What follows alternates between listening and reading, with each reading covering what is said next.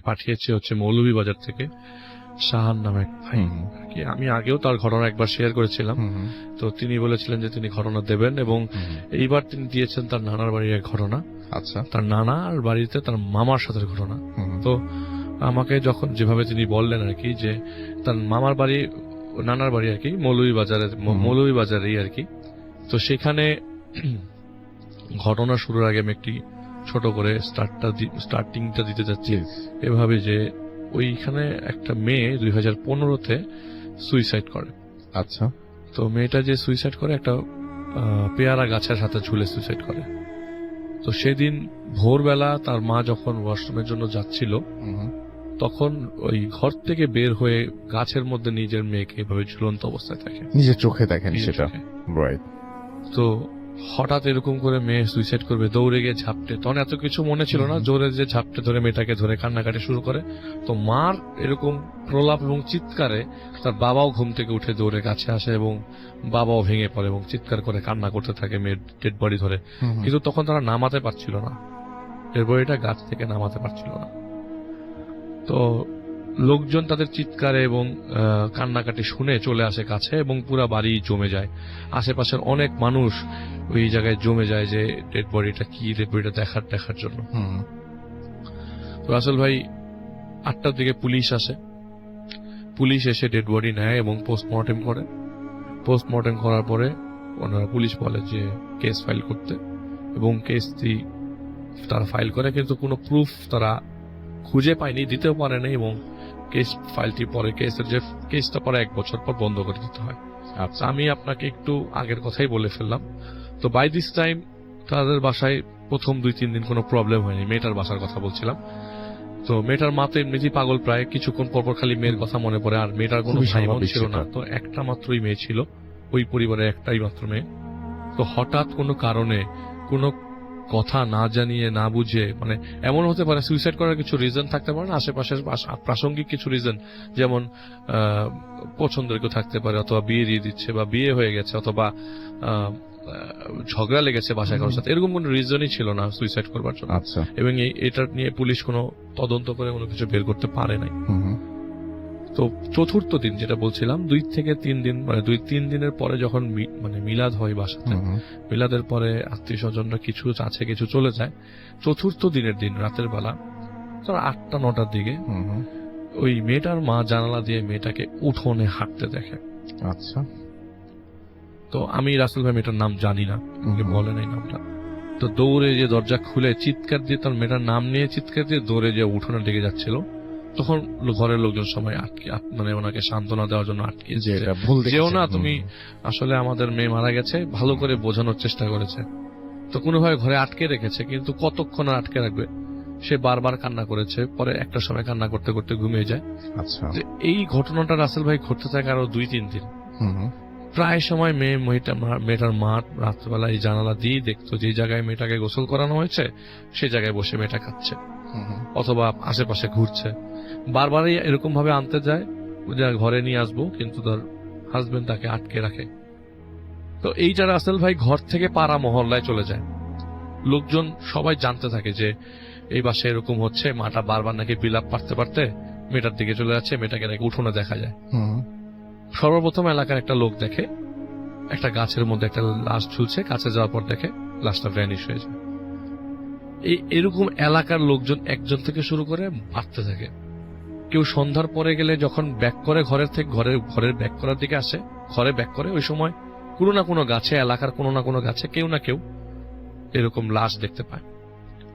দূর থেকে ঝুলন্ত লাশ দেখা যাচ্ছে, কাছে যাওয়ার পর লাশটা থাকে না। তখন সবাই এলাকার লোকজন ওই দেখা যায় যে দল বেঁধে বেঁধে বাজার যায়, আবার দল বেঁধে বেঁধে বাজার থেকে আসে।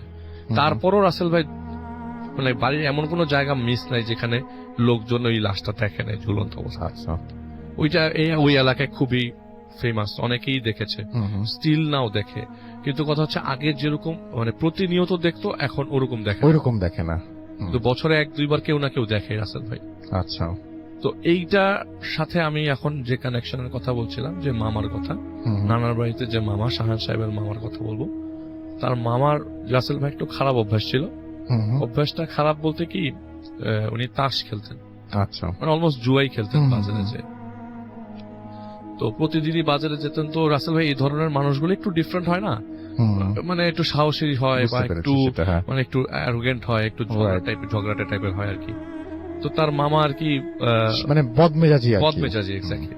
আসেও রাত করে, মানে হুম। ওই এলাকায় আসেও রাত করে। আর ওনারা মানে উনি এমন ভাবে ফ্রেন্ডদের মধ্যে পরিচিত যে রাতে একটা দুটো হাঁটলে তার কোনো সমস্যা হয় না। আচ্ছা। তো সেদিন রাসেল ভাই তার মামা, এটা হচ্ছে 2015 দিকেই, ওই যে বলেছিলাম 1 বছরের কেসটা নড়ছে, ওই 1 বছরের মাঝখানের দিকের ঘটনা। এটা কিন্তু ওই নানার বাড়ির পাশের ঘটনা। তো আশেপাশে কিন্তু একটু পাহাড়ি এলাকা, একটু গাছগাছালি বেশি এবং পাহাড়ি এবং এলাকা, উঁচু নিচু একটু। উঁচু নিচু এলাকা। তো তিনি, তার মামা আর কি ঘর থেকে বেরিয়ে গেছে, মাঝ রাস্তায় পকেটে হাত দিয়ে দেখে আরে মোবাইল ইয়া তো আনে নাই, টর্চ লাইট। টর্চ আনে নাই। এখন পকেটের মধ্যে রাসেল ভাই ছোট্ট একটা লাইটার ছিল। তো সেই লাইটারের নিচে একটা লাইট ছিল, যে সাদা লাইট গুলো এখন লাইটারে যে পাওয়া যায়, সেই লাইট গুলা সে মানে দেখে সে চিন্তা করলো যে না এইটা দিয়ে হয়ে যাবে কাজ, চলে যাবো রাস্তা তো চিনি, হ্যাঁ। এতদিন ধরে আছে এখানে, কোনো সমস্যা নাই, চলে যাবে একটা, ওরা কোনোভাবে ম্যানেজ হয়ে যাবে। তো রাত্রেবেলা সে রাসেল ভাই তাস খেলে ফ্রেন্ডের সাথে। তো রাত 1টা-1:30 বেজে যায় আর কি। তো একটা সময় বলে না বাসায় বাচ্চা কাচ্চা আছে, তারপর ওয়াইফ ও প্রেগনেন্ট। তো যেহেতু ওয়াইফ প্রেগনেন্ট, তার বলে যে না আমাকে যেতে হবে। অনেক জোরাজুরি করার পরে সে ওখান থেকে বলে যে না এখন বেরিয়ে যাবো। তো সে বেরিয়ে যায়, একাই বেরিয়ে যায়। নর্মালি অনেক সময় ফ্রেন্ডরা থাকে, কেউ একা তো কখনো একা থাকতো, কিন্তু রাসেল ভাই উনি কখনো প্রত্যক্ষ করবে এরকম কিছু সেটা সে কখনো চিন্তা করে নাই। তো বাজার থেকে ঘরের উদ্দেশ্যে গেল, মানে রাস্তার মাঝখানে তো ওনাদের বাজার থেকে ওনাদের ঘর যেতে 3-4টা কবরস্থান পড়ে আছে। বাপরে বাপ। একটা কবরস্থান ওনাদের ঘরের ঠিক বরাবর, কিন্তু আরেকটা কবরস্থান তাদের পারিবারিক। তো প্রথম মানে যেতে যে প্রথম কবরস্থানটা পার হওয়ার সময় রাসেল ভাই প্রায় অনেকগুলা শিয়ালের ডাক শুনতে পায়, এবং শিয়ালের ডাকগুলা দূর থেকে না, মনে হচ্ছে যে কাছ থেকে ডাকছে শিয়ালগুলা। কিন্তু এত ঝাঁকে ঝাঁকে শিয়াল, কিন্তু উনি দেখতে পাচ্ছিল না। শিয়াল ওখানে ওই এলাকাতে এমনিতেই অহরহ দেখা যায়, এখনো দেখা যায়, অহরহ দেখা যায়। তো এতগুলা শিয়াল একসাথে ডাকছে, তার কাছে একটু অবাক লাগে। তো উনি মনে করেন নর্মালি তো ওই প্রথম কবরস্থানটা ক্রস করে দ্বিতীয় কবরস্থানের দিকে যায়। তো দ্বিতীয় কবরস্থানের দিকে যাবার পর আপনার কবরস্থানটা ক্রস করবে এমন সময় সে শুনতে থাকে আশেপাশ থেকে ভেসে আসে অনেক কান্নার শব্দ। তো ওনারা গ্রামের মানুষ, মানে ওরা অ্যাজিউম করতে পারে যে কতজন কান্না করছে। আচ্ছা। উনি ওনার ভাষ্য মতে যে 400-500 মানুষ কান্না করছে একসাথে। বাপরে বাপ। এবং কান্নাটা এতটাই কাছে, এতটাই কানের পাশে, মনে হচ্ছে যে একদম কাছেই হচ্ছে কান্নাগুলা। ওই কান্নার মাঝে কিছু হাসির শব্দ, খুব বিশ্রী হাসির শব্দ। তো সে ওই রাস্তাটাও ক্রস করে। তো তার কাছে খুব অবাক লাগতে থাকে, আমি কিছু ফেস করবো কিনা। তো তৃতীয় কবরস্থানের রাসেল ভাই, ওই কবরস্থানটা তাদের পারিবারিক গোরস্থান, যে শাহান সাহেবের কথা বললাম ওনার নানাদের কবরস্থান, সেই কবরস্থানের গেটের চাবিও তার কাছে আছে। তো তৃতীয় কবরস্থান ক্রস করবার পর তিনি যখন ঘরের মানে তার বাড়ির দিকে উদ্দেশ্যে রওনা দিবে, এমন সময় তিনি দেখলেন তিনি যেই রাস্তা থেকে ঢুকবে তার ঘরের দিকে, এই রাস্তার মাথার মধ্যে সে স্টিফ হয়ে যায়, মাটির সাথে তার শরীর লেগে যায়। সে বলছে যে আমার সব শক্তি মনে হলো যে একটা জায়গায় স্টিফ হয়ে গেছে, আর আমার আত্মাটা বেরিয়ে গেছে শরীর থেকে। মানে নড়াচড়া করার কোনো উপায় নাই, করতে পারছে না, যে আমি আমার আঙ্গুল নাড়াতে পারছি না, কিছু না, কিন্তু আমি দেখতে পাচ্ছি, আমি স্মেল নিতে পারছি, আমি আমার ঠোঁটটা পর্যন্ত নাড়াতে পারছি না। তার মানে সে জীবিত, এটা উনি বুঝতে পারছেন, সবকিছু ঠিকঠাক আছে, শুধুমাত্র শরীর চলছে না। খুবই অদ্ভুত, মানে পাথর হয়ে গেছেন আর কি। ঠিক 5 মিনিটের মধ্যে তাদের বাড়ি থেকে একটা লাশের খাটিয়া সহিত অনেকগুলা মানুষ আসতে থাকে। মাই গডনেস।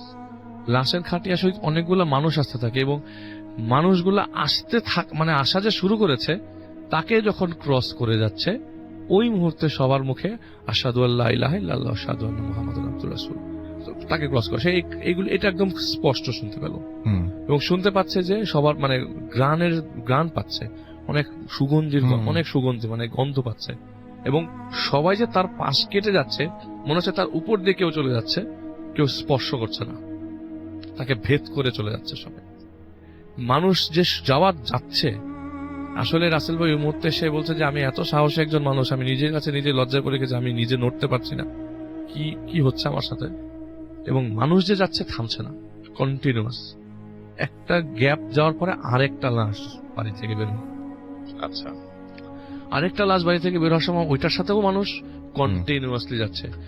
বললো যে আমি এতক্ষণ ধরে দাঁড়িয়ে আছি, আমি মুভ করতে পারছি না। তো সব লাশ নিয়ে তাদের কবরস্থানের ভেতর ঢুকছে। তো তার কথা হলো, কবরস্থানে যদি কেউ লাশ দাফন করতে যায় তাহলে কবরস্থানে লাইট জ্বালানো থাকবে 1 নম্বর, আর 2 নম্বর কথা হচ্ছে কবর খোলা থাকবে। আর আমার বাড়ি, সে মনের মধ্যে মানে হার্টবিটটা তার বেড়ে যায় যে বাড়িতে কি কেউ মারা গেল নাকি, আমাকে কেউ একবার জানালো না, আমি তো আমার সাথে তো মোবাইল ফোন আছেই। তো 2টা লাশ বেরিয়ে যাওয়ার পরে সর্বশেষ মানুষ যাওয়ার পর তার বডিটা একটা ধাক্কা দিয়ে নর্মাল হয়ে গেল। আচ্ছা, একটা ধাক্কা দিয়ে নর্মাল হয়ে যাওয়ার পর সে বাড়ির দিকে রওনা দিল। যে এখন যেটা হচ্ছে সেটা নর্মাল না, আর এটা এগুলি নর্মাল না। তো ঘরের দিকে দৌড়ে যেই একটা ইটের সাথে বাড়ি খেয়ে সে পড়ে যায়। পড়ে যে সে তার ঘর বরাবর পাশে একটা গাছ আছে, এই গাছের মধ্যে সেই মেয়েটাকে ঝুলন্ত অবস্থা দেখতে পায়, যে মেয়েটাকে এলাকার লোকজন এতদিন সবাই যখন এলাকার লোকজন সেও জানতো, অনেকেই দেখতে পাচ্ছে। সে দেখে ওই জায়গায় পড়ে যায়। তো তার ওয়াইফের কাছের ঘটনা, ও তার ওয়াইফ আপনার টিউবওয়েল থেকে উজু করতে, টিউবওয়েলের দিকে যাবে উজু করতে, ফজরের আজান, মানে এর পরের ঘটনাটুকু তার ওয়াইফের কাছ থেকে শোনা, ওয়াইফের কাছ থেকে শোনা। তাহলে রাসেল ভাই 1:30টার পর থেকে এই ফজর পর্যন্ত তাকে ওই জায়গায় স্টিফ হয়ে দাঁড়িয়ে থাকতে হয়েছে। তো তার ওয়াইফ যখন টিউবওয়েলের দিকে যাবে, তো আমি আগেই বলেছি তার ওয়াইফ প্রেগনেন্ট ছিলেন। তো তার ওয়াইফের কষ্ট হচ্ছিল, দরজা খুলে দেখে তার হাজবেন্ড পড়ে আছে, এবং আশেপাশের মানুষদেরকে সাহায্যে তাকে ঘরে নিয়ে নর্মাল করার পরে সকালে যখন ঘুম ভাঙে, ঘুম থেকে ওঠার পর তিনি বললেন যে তার সাথে এই ঘটেছে, এবং সে খুব অবাক, এবং সে ওয়ান কাইন্ড অফ হাসির পাত্র হয়ে গেছিল সবার কাছে, যে তুইও শেষ পর্যন্ত দেখলি এরকম টাইপের। কিন্তু ওনার ভিতরের অবস্থা তো খালি উনিই জানেন, যে 2টা লাশ বেরোতে দেখেছে, এবং সেই মেয়েটা পাথর হয়ে যাওয়াটা, এবং ওই জায়গা পর্যন্ত নড়তে পারছে না, এবং এলাকার লোকজন জানে তো 1:30-2টার কোনো সমস্যা নেই ওর জন্য। কিন্তু ওই জায়গায় সেই রেগুলার ব্যাপার আর কি লাইফে, মানে ওর এই কথাটা শুনে সবাই একটু মানে মুচকে হাসি দেওয়ার মতো অবস্থা। ঠিক 1 মাস পর রাসেল ভাই যেটা উনি কানেক্ট করেছে, যে 1 মাস পর ওনার ওয়াইফের যখন ডেলিভারি হয়, ওখানে যে হসপিটাল ছিল, ওই যে আপনার সবুজ ছাতা হসপিটাল ছিল, সেখানে তার ওয়াইফের ডেলিভারিটা মিস হয়ে যায়। মানে মিস হয়ে যায় কি, একটা ভুলের কারণে ওয়াইফও মারা যায়, তার বাচ্চাটাও মারা যায়। তখন সে জিনিসটা কানেক্ট করার চেষ্টা করে, যে ওই যে 2টা লাশ বের হয়, একটা তার ওয়াইফের লাশ, একটা তার বাচ্চার লাশ। তো এখন রাসেল ভাই ওইটার সাথে সে কানেক্ট করার চেষ্টা করলো। পরবর্তীতে রাসেল ভাই মানে সেটাই সে হয়তো এই খাটিয়া বের হতে ভাবেই বেরোতে দেখেছে আর কি তার বাড়ি থেকে, 1 মাস আগেই দেখে ফেলেছে আর কি। তো তার এটা আমার কাছে হৃদয় বিদারক লেগেছে আসলে। সেটা হচ্ছে যে আমার যে দাদা বাড়ি সেটা ফরিদপুর জেলার বোয়ালমারী থানাতে। তো ওইখানে মানে আমি আমার বেশ কিছু আত্মীয় স্বজনদের কাছে একটা ঘটনা মাঝে মাঝে শুনতাম, ওনারা সেটা বলতেন। সেটা হচ্ছে যে প্রায় 78 বা 79 সালের দিকে রংপুর থেকে একজন ব্যক্তি ওখানে আসেন। তো আমরা যেটাকে রাসেল ভাই যে কামলা বলি, যে মানে ডে লেবারার আর কি, যারা ফসল কাটার মৌসুমগুলোতে সাধারণত তারা বিভিন্ন জায়গা থেকে আসেন, ফসল কাটেন, আবার ওই মৌসুম শেষ হলে তার যার বাড়িতে ফিরে যান। তো ওনার বাড়ি ছিল রংপুরে। তো উনি খুব ভালো কাজ করতেন, কিন্তু খুব সবসময় মন খারাপ করে থাকতেন। তো একবার মানে উনি যেই বাড়িতে থাকতেন, সেই বাড়ির মালিক ওনাকে জিজ্ঞেস করলেন যে কি ব্যাপার, তোমার সবসময় মন খারাপ থাকে, মন খারাপ কেন থাকে? তখন উনি একটা অদ্ভুত বিষয় শেয়ার করেন। তো সেই বিষয়টি হলো রাসেল ভাই, ওনারা 2 ভাই ছিলেন, উনি ছিলেন বড় ভাই। তো ছোট ভাই বড় ভাই দুইজনই বিবাহিত ছিলেন, ওনার 2টা সন্তান ছিল। তো উনি ছোট ভাই বড় ভাইয়ের ঘরও ছিল আলাদা। তো ওনার কথা অনুযায়ী একদিন উনি ঘুম থেকে উঠে মানে দেখেন যে ওনার ঘরটা কেন যেন অপরিচিত লাগছে, মানে এই ঘরটা ওনার না। তো উনি ঘর থেকে বের হয়ে এসে দেখেন যে উনি ওনার ছোট ভাইয়ের যে ঘর সেটাই শুয়ে আছে। তো ওনার স্ত্রীকে ঘুম থেকে ডেকে তোলেন, বলে যে কি ব্যাপার, রাতের বেলা কি আমাকে ছোট ভাই, তুমি এবং আমি কি ছোট ভাইয়ের ঘরে চলে আসছি নাকি? তো বলেন না, ছোট ভাইয়ের ঘর তো এটা না। আর ছোট ভাই কেন, মানে ছোট ভাই কেন, তুমি তো ছোট ভাই, তো অন্যজন তো বড় ভাই, আর এই ঘর তো তোমারই ঘর। তো উনি খুব অবাক হন যে কি বলে, আমি বড়, আমি নাকি ছোট, এবং এই ঘর নাকি আমার, এতদিন ধরে আমি এই ঘরে বসবাস করছি, এই ঘরটা নাকি আমার। তখন উনি এইটা শুনে খুব মানে নিজেই মানে খুব আঘাত পান যে বলে কি। উনি তখন বলেন, ওনার আবার 2টা সন্তান ছিল, উনি ওনার স্ত্রীকে বলেন, আচ্ছা ওরা কি ঘুম থেকে উঠেছে, ওদেরকে ডাকো। তখন বলে যে ওদেরকে ডাকবো, ও তো মানে বড় ভাইয়ের সাথে ঘুমাইছে। বড় ভাইয়ের সাথে ঘুমাবে কেন? বলে মানে কেন, ওটা তো তার বাচ্চা, তার সাথে ঘুমাবে না? বলে না, এই বাচ্চা তো আমার। তখন তার স্ত্রী বলে যে এই বাচ্চার একজনের বয়স 5 বছর, একজনের বয়স 7 বছর, তোমার হয় কেমন? তোমার আমার বিয়ে হয়েছে তো 1 বছর। তখন উনি তো মানে খুব অবাক হন এবং রীতিমতো বাসা বাড়িতে ঝগড়াঝাটি শুরু করে দেন। এবং আশ্চর্য বিষয় রাসূল ভাই দেখেন, ওই দুটো বাচ্চা বাইরে বেরোয় এসে তাকে চাচা চাচা বলছে। তো এইটা দেখার পরে মানে বাড়ির সব লোকজন একটা মানে ডিসিশনে আসেন যে এই রাতের বেলা কেউ হয়তো বা জিনে ধরেছে বা এমন কোনো ঘটনা ঘটেছে যে সে পাগল হয়ে গেছে। আচ্ছা, তো উনি যাই হোক বাড়ির লোকদের সাথে ঝগড়াঝাটি করে চিন্তা করেন যে যাক, সূর্য উঠে গেছে, এখন মাঠে যেতে হবে। ওই সময় ফসল কাটার মৌসুম ছিল তার এলাকায় ওই সময়। তো উনি ফসল কাটার জন্য, আমরা যেটাকে মানে কাঁচি বলি আর কি, কাঁচি নিয়ে উনি মাঠে গিয়েছেন ফসল কাটার জন্য। ধানও পাক ধরেছে। এখন উনি যেই ক্ষেতে ফসল কাটা শুরু করেছেন, হঠাৎ করে একজন ব্যক্তি এসে বলছে এই করো কি করো কি? তো কেন? বলে যে আমার ক্ষেতের ফসল তুমি কাটছো কেন? তুমি তোমার খেতে যাও। বলে কি বলো, আমার এই ক্ষেতে আমি ফসল লাগাইলাম, বড় করলাম, পাক ধরেছে, এখন আমি ফসল কাটবো না? বলে না, এই ক্ষেত তোমার না, এই ক্ষেত আমার, তোমারটা ওই পাশে। এখন এইটা বলার পরে উনি তো রীতিমতো তার সাথে ঝগড়া জুড়ে দেন। তখন এক পর্যায়ে হাতাহাতি মারামারিও হয়। তখন তারা ওই এলাকার স্থানীয় চেয়ারম্যানের কাছে যান, নালিশ করেন। চেয়ারম্যান সবাইকে মানে ডাকে, উভয় পক্ষকে। তো সব কথা শুনে তখন চেয়ারম্যান বলে যে তোর সব তো ঠিকই আছে, ওই জমি তো তোমার নয়, তোমার জমি তো অন্যটা, এটা তো সবাই জানে। তো বলে যে তুমি তোমার দলিলটা নিয়ে আসো। তখন বলে যে হ্যাঁ, আমার দলিলেও আমার নামই আছে, এই জমিটা আমার। সত্যি আসলে দলিলটা আনার পরে, উনি যদিও ক্লাস 6 পর্যন্ত পড়েছিলেন, দেখে যে আসলে দলিলে কিন্তু ওই জমিটা ওনার নয়। আচ্ছা, ওইটা কিন্তু ওই যে ওই কৃষকটা যে জমিটা দেখিয়ে দিয়েছে সেটাই তার। এটাতে উনি আরো অবাক হন এবং চেয়ারম্যান থেকে শুরু করে সবাই এই সিদ্ধান্তে উপনীত হয় যে তার মস্তিষ্ক বিকৃত হয়ে গেছে, সে রীতিমতো একজন বদ্ধ পাগল, তাকে অবশ্যই এখন মানে পাগলাগারদে পাঠাতে হবে। আচ্ছা, তখন তাকে পাবনা মেন্টাল হসপিটালে পাঠিয়ে দেওয়া হয় জোর করে। সেখানে পাঠিয়ে দেওয়া, সে বলে আমি পাগল না, কিন্তু তার যে আচরণ ছিল, এই অদ্ভুত টাইপের আচরণ, এত কিছু পরিবর্তিত হয়ে যাওয়া, আসলে এটা তো আমরাও তো বলবো যে আসলে তার মাথা খারাপ হয়ে গেছে, এরকম যদি আমাদের সামনে এরকম ঘটনা ঘটতো। তো পাবনায় যখন তাকে রেখে আসা হয়, কিছুদিন যাওয়ার পর তার পরীক্ষা নিরীক্ষা বা আচার আচরণ, কথাবার্তা সবকিছু শুনে মানে ওখানকার যে ডাক্তাররা ছিলেন তারা নিশ্চিত হন যে উনি মানে সম্পূর্ণভাবে একজন সুস্থ ব্যক্তি। এবং ওই মানে হসপিটালের তরফ থেকে তার ফ্যামিলিকে চিঠিও লেখা হয়। সময় তো মোবাইল এরকম ছিল না, চিঠি লেখা হয় যে আপনার এই রোগী সুস্থ, সম্পূর্ণ সুস্থ, তাকে এসে আপনারা নিয়ে যান। কিন্তু রাসেল ভাই অনেকবার চিঠি লেখার পরেও মানে বাড়ি থেকে না কেউ আর আসেনি।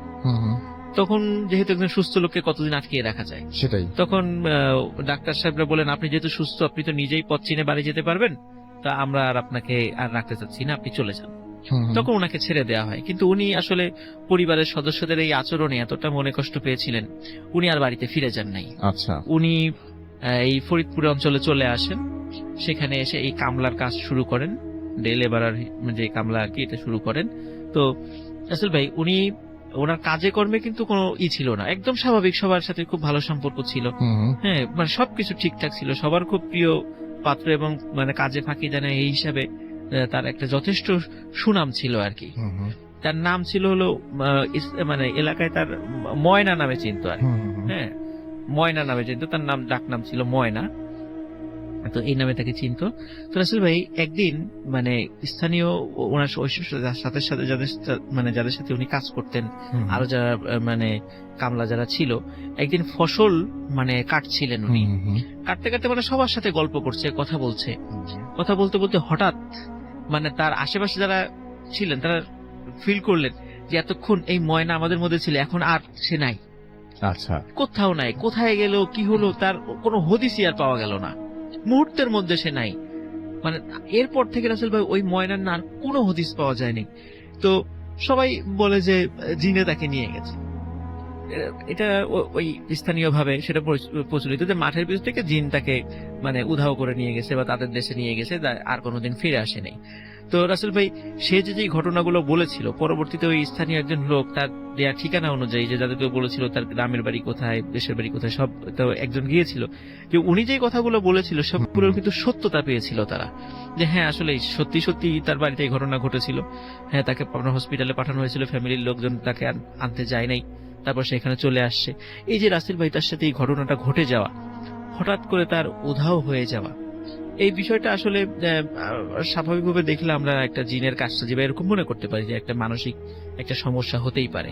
রাসেল ভাই 2008 সালে একজন স্প্যানিশ মহিলার সাথে একটা ঘটনা ঘটেছিল স্পেনে, যে উনি হঠাৎ সকালবেলা ঘুম থেকে উঠে দেখেন যে উনি যে চাদরটা গায়ে শুয়ে আছেন, যে রাত্রে যে চাদরটা পরে শুয়েছিলেন, সকালে উঠে দেখেন না সেটা অন্য চাদর। তো উনি মনে করছেন হয়তো বা হতেই পারে, সে ভুলে গেছে।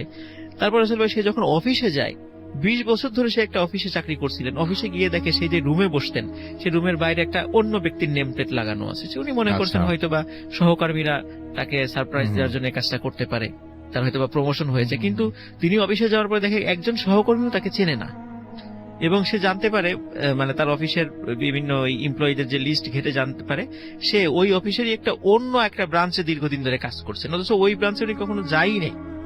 আচ্ছা, তো তারপরে উনি চিন্তা করলেন উনি মনে হয় বড় ধরনের কোনো মানসিক রোগে আক্রান্ত হয়েছেন। উনি ডাক্তারের পরামর্শ নেন, ডাক্তার বলেন উনি সম্পূর্ণরূপে সুস্থ। তো উনি যখন আবার বাড়িতে যান, বাড়িতে যাওয়ার পরে তার ফ্যামিলির লোকজনের সাথে কথা বলা, কিছু কিছু বিষয় যখন উনি বলা শুরু করেন, তখন ফ্যামিলির লোকজন বলে যে এই ধরনের ঘটনা তো আমাদের এখানে কখনো ঘটেই নেই ফ্যামিলিতে, তুমি এগুলা কোত্থেকে অবতারণা করো। ফ্যামিলির লোকজন মনে করে যে মানে তার মনে হয় মাথায় সমস্যা হয়ে গেছে। তারপর রাসেল ভাই ওনার যেই মানে বয়ফ্রেন্ড ছিল তাকে তাকে ফোন করেন, কিন্তু দেখা যায় রাসেল ভাই উনি প্রায় 7 বছর ধরে তার সাথে এই ফোন নাম্বারে কথা বলছেন, কিন্তু উনি যখন ফোন করার পরে দেখা যায় যে এমন একজন সম্পূর্ণ অপরিচিত ব্যক্তি ধরেছে এবং বলছে যে আমি তো এই ফোন প্রায় 12-13 বছর ধরে একই নাম্বার ব্যবহার করি, এবং সম্পূর্ণ অপরিচিত ব্যক্তি। এবং আরো একটা জিনিস রাসেল ভাই, যে ওনার মানে যে এক্স বয়ফ্রেন্ড ছিল তার দেয়া অনেক জিনিস ছিল, তো সেগুলো বাসায় গিয়ে দেখেন সেগুলো অনেক তিনি ফেলে দিয়েছিলেন সম্পর্ক ব্রেকআপ হয়ে যাওয়ার পরে, দেখে সেই জিনিসগুলো তার মানে ঘরে রয়েছে। তারপরে উনি যখন ইন্টারনেটে বিষয়গুলো ঘাটাঘাটি করেন, তখন উনি জানতে পারেন যে আসলে উনি যেই দুনিয়াতে আছেন এটা ওনার দুনিয়া না, উনি সম্পূর্ণ অন্য একটা প্যারালাল ইউনিভার্স থেকে এখানে চলে এসেছেন। যদিও রাসেল ভাই এটা কিন্তু খুব অদ্ভুত একটা ঘটনা, এটা যদিও আমরা এটা কোনো বৈজ্ঞানিক ব্যাখ্যা দিতে পারবো না। রাসেল ভাই এটা হচ্ছে যে একজন ডাক্তারের কাহিনী, ডাক্তার সালাম ওনার নাম। উনি থাকতেন হচ্ছে আপনার ঢাকার একটু রিমোট এলাকায়, ঢাকার মধ্যে, ঢাকার থেকে একটু দূরে, যেটা আপনার ওই কি বলে জায়গাটার নাম, ওই সিলেট যাওয়ার পথে পড়ে, ডেমরা, হ্যাঁ ওই এলাকাটাতে। এবং ওনার অফিস ছিল হচ্ছে আপনার ঢাকা মেডিকেলের দিকে আসতো উনি কাজ করতেন। তো ওনার প্রতিদিন আসা যাওয়ার রাস্তাটার মধ্যে একটা অংশ ওনাকে মানে বেশ বাজে একটা সিচুয়েশনের মধ্যে যে যত ভিড় এবং অনেক কিছুর মধ্যে দিয়ে, এবং মাঝে মাঝে আস্তে আস্তে রাত হয়ে যেত, তখন ট্রান্সপোর্টেশন সমস্যা হতো। তো যেহেতু উনি মেডিকেলের ছাত্র ছিলেন এক সময়, এবং এইসব ব্যাপার অনেক উনি দেখেছেন, লাশ এবং অনেক কিছু, এইসব নিয়ে ওনার ভয় খুব একটা ছিল না, এবং উনি খুব একটা ভয়ও পান না কোনো কিছু। তো যাই হোক, যে জিনিসটা ওনার লাইফে একটা সারপ্রাইজ নিয়ে এসেছিল, সেটা হচ্ছে এরকম একদিন, মানে তখন ছিল জানুয়ারি মাসে বেশ ঠান্ডা পড়েছে। তো উনি ওনার মেডিকেল কলেজে উনি ডিউটি করছে, এবং অনেক রাত হয়ে যায় আর কি, ওনার ডিউটি শেষ করতে করতে রাত প্রায় 2-2:30 বাজে। আচ্ছা, তো উনি একবার ভাবে যে আমি এখান থেকেই যাই, সকালবেলা যাই, কারণ আমার যাওয়ার পথটা অনেক ডিস্টার্বিং, রাস্তাগুলো মানে ট্রান্সপোর্টেশন পাওয়া যায় না, এই হয় না, অনেক সমস্যা হয়। তো চিন্তা করতে করতে বাট এক সময় মনে হয় যে বাসায় চলেই যাই। উনি রওনা দেন, এবং উনি খুঁজে খুঁজে কোনো মানে ওই উনি চাচ্ছিলেন যে কোনো একটা যদি রিজার্ভ সিএনজি পান, সিএনজি খুলে যায়, মানে তখনকার বেবি ট্যাক্সি আর কি, বেবি ট্যাক্সি চলে যাবেন। বাট ওই সময় উনি রাতের বেলা কোনো কারণে বেবি ট্যাক্সি পান না।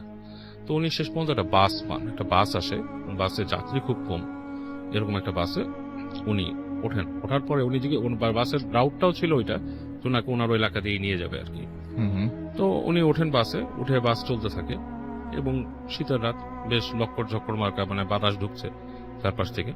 এভাবে যেতে যেতে একটা জায়গায় উনি মানে ফাইন্ড আউট করেন যে বাসের কিছু ডিস্টারবেন্স হচ্ছে, ইঞ্জিন অফ হয়ে যায়, মানে আবার গিয়ারে ফেলে আবার স্টার্ট করে ড্রাইভার। আচ্ছা। এরকম করতে করতে একটা জায়গায় যখন এবং এই যে মানে সমস্যাটা যে হচ্ছে, এই সমস্যাটা স্বাভাবিক কোনো সমস্যা না, না? সমস্যা না, রাইট। সো বাসের স্টার্ট বন্ধ হয়ে যাচ্ছে, আবার গিয়ারে ফেলে ড্রাইভার আপনার মানে বাইকটা মানে বাসটা স্টার্ট করছেন। তো বাস এক সময় এরকম খেতে খেতে দ্যাট ওয়াজ সামওয়্যার অ্যারাউন্ড মাথওয়াইল বা কোন একটা জায়গার নাম মনে পড়ছে আচ্ছা না। আচ্ছা। ওই জায়গাটা পার হওয়ার পরে বাসটা ঝাঁকি খেতে খেতে থেমে যায়। একা একাই? হ্যাঁ, বাস ঝাঁকি খেতে খেতে থেমে যায় এবং মানে ড্রাইভার এবং হেল্পার উনি মানে বেশ তটস্থ হয়ে যায় যে কি ব্যাপার, বাসটা এরকম থেমে গেল এবং ব্রেক করে দাঁড়ায় যায় রাস্তার পাশে। এবং ওইটা একটা হাইওয়ে টাইপের রাস্তা, সেখান থেকে মাঝে মাঝে কিচিৎ কদাচিৎ বাস যাচ্ছে আরো। তো উনি সেগুলো আবার আপনার লং ডিস্টেন্সের বাস, মানে ঢাকার বাইরে যায় আর কিরকম। তো উনি জিজ্ঞেস করেন যে কি হলো, বাস থেমে গেল কেন? কারণ উনি চিন্তায় পড়ে গেছেন, কারণ উনি জানে এই লং ডিস্টেন্সের বাস ওনাকে উঠাবে না ওখান থেকে, এবং রাস্তায় কোনো ট্রান্সপোর্টেশনও নাই, সুতরাং এই বাসটাই ওনার ভরসা যাওয়ার জন্য। তো উনি ড্রাইভার ইকে জিজ্ঞেস করে কি ব্যাপার, বাস এরকম থেমে গেছে কেন? আর পিছনে যে যাত্রী আছে তারা কিন্তু কোনো সাউন্ডই করছে না, চুপচাপ বসে আছে 2-4 জন। তো মানে আর কি তাদের চেহারা ঠিক মতো দেখা যাচ্ছে না, লাইট বন্ধ। উনি জিজ্ঞেস করে যে কি ব্যাপার এরকম কেন? তো বাসওয়ালা বলে যে কি হয়েছে জানি না, আপনি বসেন, আপনারা আমি দেখি। বলে তার যায় বাস, যে ওনারা বাসের এটা ওইটা কল কবজা নাড়তে থাকেই থাকে এবং বারবার স্টার্ট দেওয়ার চেষ্টা করে, বাস স্টার্ট হয় না। তার পর্যায়ে ড্রাইভার বলে যে বাস যাবে না, কোনো একটা সমস্যা হয়ে যাবে ভিতরে ইঞ্জিনে, আপনারা নেমে যান। নেমে কোথাও, তাহলে আমরা কোথায় যাব? উনি বলতেছে, কিন্তু ওনার বিহাফ আরো যারা মানুষ আছে কারো কিন্তু কিছু বলছে না। উনি বলে যে আমি যাবো এত দূরে, আমি এখান থেকে কিভাবে যাবো, এখানে রাস্তা নাই, মানে গাড়ি ঘোড়া নাই, রাত্রেবেলা এরকম। বলে আমি কি করবো, বাস নষ্ট হয়ে গেছে, আমাদের তো আসলে কিছু করার নেই, রাইট। তো উনি বাস থেকে খুব রেগে নেমে যান আর কি। এবং উনি দেখে যে ওই বাসের থেকে উনি হেঁটে হাঁটা ধরেন ওই বাসে। উনি চিন্তা করেন যে আমার আজকে কপালে ভোগান্তি আছে, হাঁটা ছাড়া কোনো পদান্তর নাই। তো উনি হাঁটতে থাকেন এবং উনি দেখে যে পিছন থেকে 2-1 যাত্রী নেমে হেঁটে ওনার দিকে 2-1 আসছে, কেউ ওদিকে মানে আবছা দেখা যাচ্ছে, আর শীতে একটু কুয়াশা পড়ে গেছে, ভালো মতো দেখাও যায় না। তো যাই হোক, উনি হাঁটতে থাকেন, হাঁটতে হাঁটতে বেশ অনেক দূর চলে আসেন উনি। শীতের রাতেও ঘেমে গেছে এবং ওই লং ডিস্টেন্সের লং রুটের বাস ছাড়া অন্য কিছু ওখানে নাই। তো হাঁটতে হাঁটতে হাঁটতে হাঁটতে উনি একটা জায়গায় যান, দেখে যে দূরে একটা ইসের মতো আর কি, ওই যে আপনার চায়ের দোকান আছে, কিন্তু ওখানে আলো নাই আর কি। কিন্তু মনে হচ্ছে মানে একজন রিক্সাওয়ালা রিক্সা রেখে চুবু চুবু হয়ে বসে আছেন। আচ্ছা। তো উনি ওখানে যান, যে ওই রিক্সাওয়ালাকে উনি জিজ্ঞেস করেন যে এই যে ভাই, মানে লোকটার গায়ের মধ্যেই দেওয়া, আপনার চাদরের মতো দেওয়া, এই যে ভাই আপনি যাবেন? বলে কোথায়? মানে লোকটা কোনো সাউন্ড করছে না, চুপ করে আছে। তো লোকটা একটু পর বলে কোথায় যাবেন? উনি চেহারা দেখতেছে না, বলছে কোথায় যাবেন? তো বলে যে আমি সামনে এই দূরবন্ধ যাবো, এরকম এরকম রাস্তা, ওই যে আমরা ওই কোনায়, যাবেন নাকি? ভাড়া নিয়ে চিন্তা করে না, ভাড়া দিয়ে দিব। তো লোকটা বললো উঠেন, আর কোনো কথা বলে নাই, তাকে বলছে উঠেন, রিক্সা উঠেন। তো উনি রিক্সায় উঠছে। ওঠার পরে উনি রিক্সাটা চলা শুরু করছে এবং উনি রিক্সার মধ্যে বসে আছেন এবং রিক্সার উনি দেখতেছে যে ঠান্ডার মধ্যে রিক্সা চলতেছে এবং রিক্সার যে বাতাসটা উনি ফিল করতেছেন, তো এমনি ঠান্ডায় ফিল করেন। উনি বুঝতে পারছেন বাতাসের গতিতে সামহাও রিক্সার স্পিড অনেক বেশি এবং ঝাঁকিটাও উনি ফিল করা শুরু করছেন। মানে বেশ লাইক একটা মানে স্লো ট্রান্সপোর্টেশন যদি বেশ জোরে যায়, রিক্সার তো ভিতরে কোনো সাসপেনশন নাই, বেশ ঝাঁকি খাচ্ছে, ঝক্কর বক্কর করছে, খুব ঝাঁকি খাচ্ছেন। উনি ফাইন্ড আউট করলেন খুব স্পিডে চলতেছে রিক্সা। তো উনি তখন ওই লোককে বলেন যে এত জোরে চালাচ্ছে। লোকটা ওনার কথার কোনো উত্তরই দিচ্ছেন না, সে চালা যাচ্ছে। চালায় তখন উনি চিন্তা করলো লাস্টে যে আমার আসলে আমার ডেস্টিনেশনে পৌঁছানো দরকার, আমার তার সাথে ঝামেলা করে লাভ নেই। সে তো এক সময় রিক্সাওয়ালা কি করলো, একটা জায়গায় গেল, সেই জায়গায় রাস্তার পাশে একটা রাস্তার মতো আছে ছোট এবং মাঠের মতো, আর এই সামনে আছে আপনার কি ফ্যাক্টরি কি এরকম। রিক্সা করছে কি টার্ন নিয়ে ওখানে নেমে গেছে। তো উনি তখন রিক্সাওয়ালারে বলতে, ভাই তুমি কোথায় নামতেছো? আমি সোজা বললাম, তখন ভয় ঢুকছে যে ছিনতাইকারী, চোর ডাকাত এরকম কিছু কিনা। তো রিক্সাওয়ালা কোনো কথা না শুনে ট্রেনে ওদিকে নামাইছে। উনি লাফ দিয়ে রিক্সার থেকে নামতে চেষ্টা করছে। উনি ফিল করলো যে উনি নামতে পারতেছেন, ওনার শরীর অসাড় হয়ে গেছে পুরো, নড়তে পারতেছেন না, নিজেকে অবস্থায়, এরকম একটা অবস্থায় উনি আবিষ্কার করছে এবং ওনার কোনো গতান্তর নাই। রিক্সাওয়ালাটা রিক্সা টেনে নিয়ে গেল, চালিয়ে নিয়ে গেল, নিয়ে যে একটা পুরানো ফ্যাক্টরি টাইপের ওখানে ছিল, সেখানে যে রিক্সাটা থামাইছে। ওখানে থামানোর পরে উনি তাকায় দেখে যে রিক্সাওয়ালা রিক্সার সিটেই নাই এবং সে চোখের সামনে দিয়ে, হ্যাঁ সামনে দিয়ে, মানে উনি হঠাৎ তাকায় দেখে রিক্সাওয়ালা নাই। আচ্ছা। এবং তাকায় দেখে কিছু দূরে একজন দাঁড়ানো, ওই রিক্সাওয়ালাটাই দাঁড়ানো, গায়ের মধ্যে চাদর আছে। তো ওনাকে দেখে আস্তে করে চাদরটা সরায় ফেলছে, এবং উনি যখন চাদর সরাইছে তখন দেখলো যে রিক্সাওয়ালার পুরা চেহারা বা এই অংশটার কিছুই দেখা যাচ্ছে না, শুধু অন্ধকার একটা ঘনীভূত জিনিস। এবং আস্তে আস্তে ওনার চোখের সামনে দিয়েই ওই জিনিসটা মানে চলে গেল আর কি, মিলিয়ে গেল বাতাসে, হাওয়া হয়ে গেল। So My God. ওনার জন্য খুবই একটা মানে ভয়ের এবং ট্রমাটিক জিনিস ছিল। উনি এটা সহ্য করতে পারে না, যে বিইং এ ডক্টর ওনার কাছে এটা খুবই অস্বাভাবিক একটা ব্যাপার লাগছে। এবং উনি ওখান থেকে পালিয়ে যায় আর কি, দৌড়ায় পালিয়ে যায়, এবং রাস্তা অনেক দূর কষ্ট করে আসে। বেশ কিছুদিন উনি জ্বরে সাফার করে, এবং ওখান থেকে ওনার এই প্যারানর্মাল ব্যাপারগুলো ওনার মাথার মধ্যে ঢোকে। তো ওনার ফ্যামিলি ওনাকে পরবর্তীতে করে যে কি ব্যাপার, যে এরকম একটা জিনিস হলো ওর সাথে, এর ঘটনাটা কি, এবং উনি নিজেও এই প্যারানর্মাল ব্যাপারগুলোতে বিশ্বাস করা শুরু করে তখন। তো সামহাও ওনার এক চাচা ছিল, তিনি হচ্ছেন আপনার একজন অ্যাস্ট্রোলজার ছিল, মানে অ্যাস্ট্রোলজারদের সাথে কাজ করতে, এবং উনিও অ্যাস্ট্রোলজার আর কি, মানে এই কাজগুলো করতো। উনি তাকে একবার বুঝায় যে দেখো, দেয়ার আর মেনি থিংস যেটা তুমি বিশ্বাস করছো না বা তোমার নলেজে আসছে না বা তোমার কাছে মনে হচ্ছে যেটা ঠিক না, বাট এগুলো এক্সিস্ট করে। তুমি কোন একটা জিনিস দেখেছো, তোমার কোন একটা উনি কিছু হিসাব কিতাব করে বললো যে তোমার সাথেই বা তোমার ইসেই তুমি কোন একটা কিছুর মধ্যে দিয়ে গেছো। তুমি একবার চিন্তা করে দেখো তো, তুমি কি অমুক অমুক জায়গা দিয়ে গেছিলে নাকি? হ্যাঁ, মানে কিছু কিছু জায়গার কথা বলে, সেখানে কি তুমি এরকম কিছু দেখছিলা?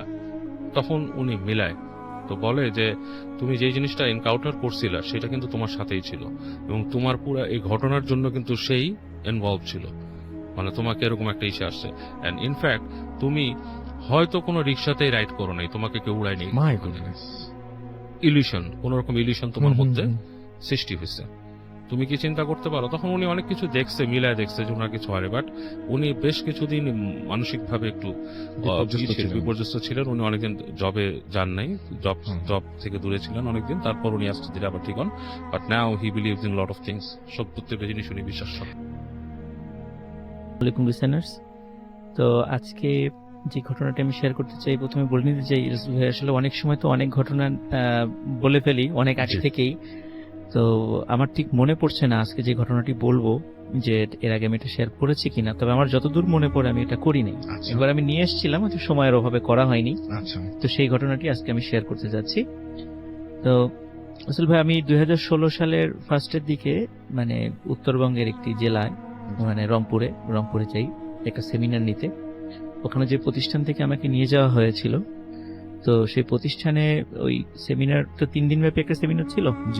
তো দ্বিতীয় দিন আমি ওখানকার যে ম্যানেজার আছে তার সাথে কথা প্রসঙ্গে জিজ্ঞেস করলাম যে তোমাদের এখানে কোনো হন্টেড প্লেস বা এরকম কিছু আছে কিনা। তো সে আমাকে একটা ঘটনার কথা বললো রাসেল ভাই। আমি সঙ্গত কারণে মানে প্রতিষ্ঠানটার নাম বলতে পারছি না, এই জন্য আমি দুঃখিত, কারণ এটা আসলে বলাটা ঠিক হবে না। তো ওই ছেলেটি একটি ওই স্থানীয় একটা প্রতিষ্ঠানে সে চাকরি পায়, একজন লোকের সুবাদে সে ওখানে চাকরি পায়। ওখানে তার ডে শিফটেও ডিউটি ছিল, নাইট শিফটেও ডিউটি ছিল, বেশ নামকরা একটা প্রতিষ্ঠান ওখানে। আচ্ছা। তো একদিন নাইট শিফটে ডিউটি করার সময় সে তার ওয়াশরুমে যাওয়ার প্রয়োজন হয়। তো ওয়াশরুম থেকে বের হয়ে যে বেসিন ছিল, সে যখন আয়নায় মুখ ধুচ্ছিল তখন সে দেখলো যে আয়নার দিকে তাকিয়ে পুরো আয়নায় মানে রক্তর ফোঁটা, মানে রক্ত মনে হয় বেয়ে বেয়ে পড়ছে আয়না দিয়ে। তো প্রথমে সে দেখে মানে বেশ অবাক হয়েছে, কি ব্যাপার, কিন্তু হঠাৎ করে মনে হলো তার ঠিক পিছনে কেউ দাঁড়িয়ে আছে, এবং পিছন দিকে তাকে সে কাউকে দেখে না। সে যখন এই মানে হঠাৎ করে এই মানে ভয়টা পায়, সে সাথে সাথে দৌড় দিয়ে সেখান থেকে বের হয়ে যায়, এবং বের হওয়ার পরে পরের দিন থেকে সে আর ওখানে চাকরিতে যায়নি, এবং বলে যে এখানে আমি যাব না, এখানে সমস্যা আছে, মানে একটা অজুহাত দিয়ে বলে যে আমি এখানে চাকরি করব না। রাসেল ভাই, তার যে আত্মীয়ের রেফারেন্সে ওখানে গিয়েছিল, ওখানে ওই আত্মীয়ের কাছ থেকে বেশ কিছু ঘটনা জানতে পারে প্রতিষ্ঠান সম্পর্কে। তো সেটা হলো রাসেল ভাই, সে ওই প্রতিষ্ঠান মানে যে জায়গাটার উপরে অবস্থিত, ওটা কিন্তু একসময় আসলে শ্মশান ছিল। ইভেন আমি ওখানে নিজে গিয়েছি, কিন্তু ওখানে আমি যখন ওর কথা শুনি, আমি ওখানে গিয়েছিলাম ওটা দেখার জন্য। তো কিন্তু আমি যখন ওখানে যাই রাসেল ভাই, ওটা মানে কেন জানি আমাকে ভিতরে ঢুকতে দেওয়া হয়নি। বলে যে এখানে ঢোকা যাবে না। বেশ আমি খুব অবাক হই, আহামরি এমন কোনো প্রতিষ্ঠান নয় যে সেখানে ভিজিটর ঢুকতে পারবে না। তো তারপরও কেন জানি মানে তাদের আচরণগুলো আমার কাছে খুব অদ্ভুত লেগেছে। তো ওনার যে আত্মীয়ের কাছ থেকে যেটা জানা যায় সেটা হচ্ছে রাসেল ভাই, যে এখানে এক জমিদারের একটা বিশাল একটা শ্মশান ছিল। আচ্ছা। তো জমিদার অনেক সময় কি করতো, মানে বেশ মানে তার সাথে যাদের শত্রুতা থাকতো, অনেক সময় তার লোক দিয়ে তাদেরকে হত্যা করিয়ে মানে ওখানে এনে মানে পুড়িয়ে ফেলতো, এবং তার আত্মীয় স্বজনরা কখনো জানতোই না যে এই লোকটা আর জীবিত নাই। এরকম বহু ঘটনা ওই জায়গাতে ঘটেছিল মানে ওই সময়।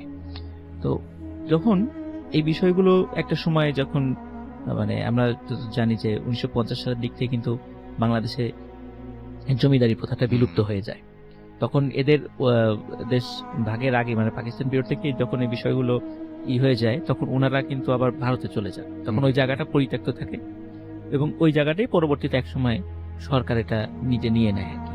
এবং ওখানে দীর্ঘদিন কোনো কিছু মানে কোনো প্রতিষ্ঠান গড়ে ওঠেনি, পরবর্তীতে হয়েছে।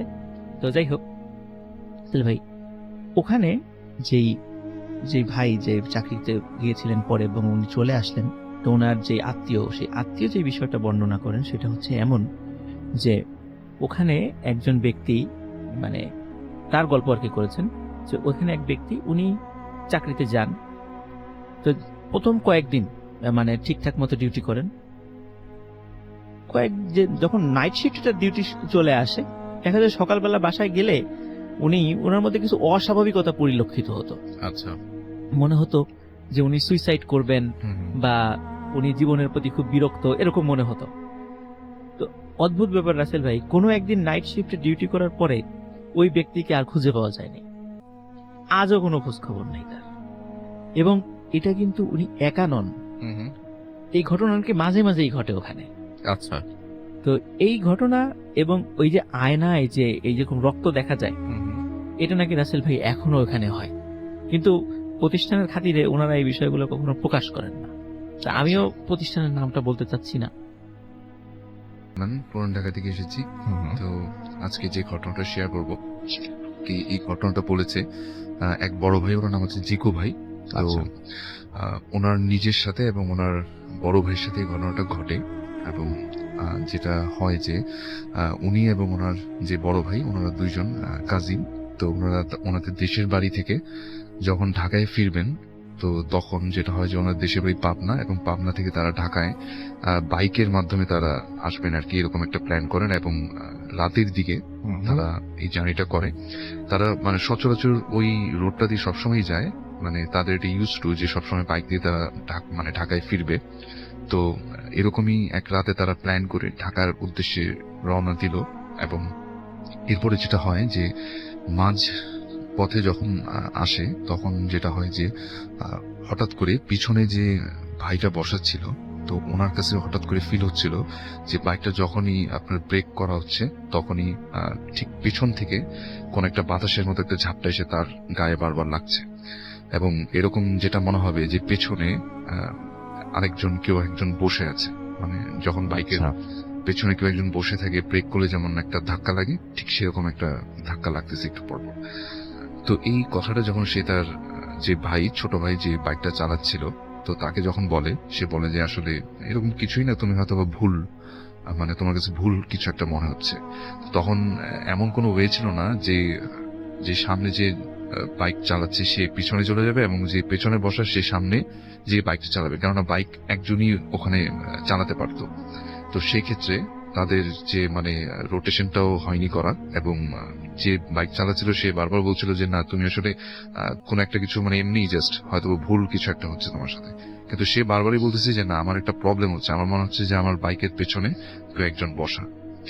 তো এরকম করতে করতে তারা মাঝে মাঝে যেটা হয় যে বিভিন্ন জায়গায় চা খেতে নামলো। এবং তখন যেটা দেখা দিত যে তার বড় ভাই সবসময় ছিল খুব মানে হাসি খুশি দুষ্টামি করতো, কিন্তু সেই রাতে সে খুব চুপচাপ, মানে তেমন কোনো কথা বলতেছে না, খুব টেনশনে আছে এরকম কিছু একটা। তো তখন তাকে জিজ্ঞেস করা হয় যে ভাই আপনার মানে কি হয়েছে, এরকম কেন আজকে? তখন সে বলে যে আমার কাছে খুব একটা জিনিস খুব ভয় লাগছে, মানে আমি কয়েকটা দিন ধরেই এই জিনিসটা নিয়ে খুব চিন্তিত। তো তখন তাকে জিজ্ঞেস করা হয় যে আসলে বিষয়টা কি ভাইয়া, মানে কি হয়েছে আপনার আসলে? তো তখন উনি বলে যে আসলে যখন আমি দেশের বাড়িতে ছিলাম, এই যে পাবনা থেকে যখন ফিরছি আমরা, তার আগে গতকাল মানে সকালের দিকে যখন সে ফজরের নামাজ পড়তে মসজিদের দিকে যাবে, এবং তাদের বাসা থেকে মসজিদটা ছিল একটু বেশ দূরে এবং হেঁটে হেঁটে যেতে হতো। এবং যেটা হয় যে একটু আগেই সে মানে যখন একটু অন্ধকার থাকে মাঝানে ঠিক একটু আগেই সে মসজিদের জন্য রওনা হয় সবসময় এটা।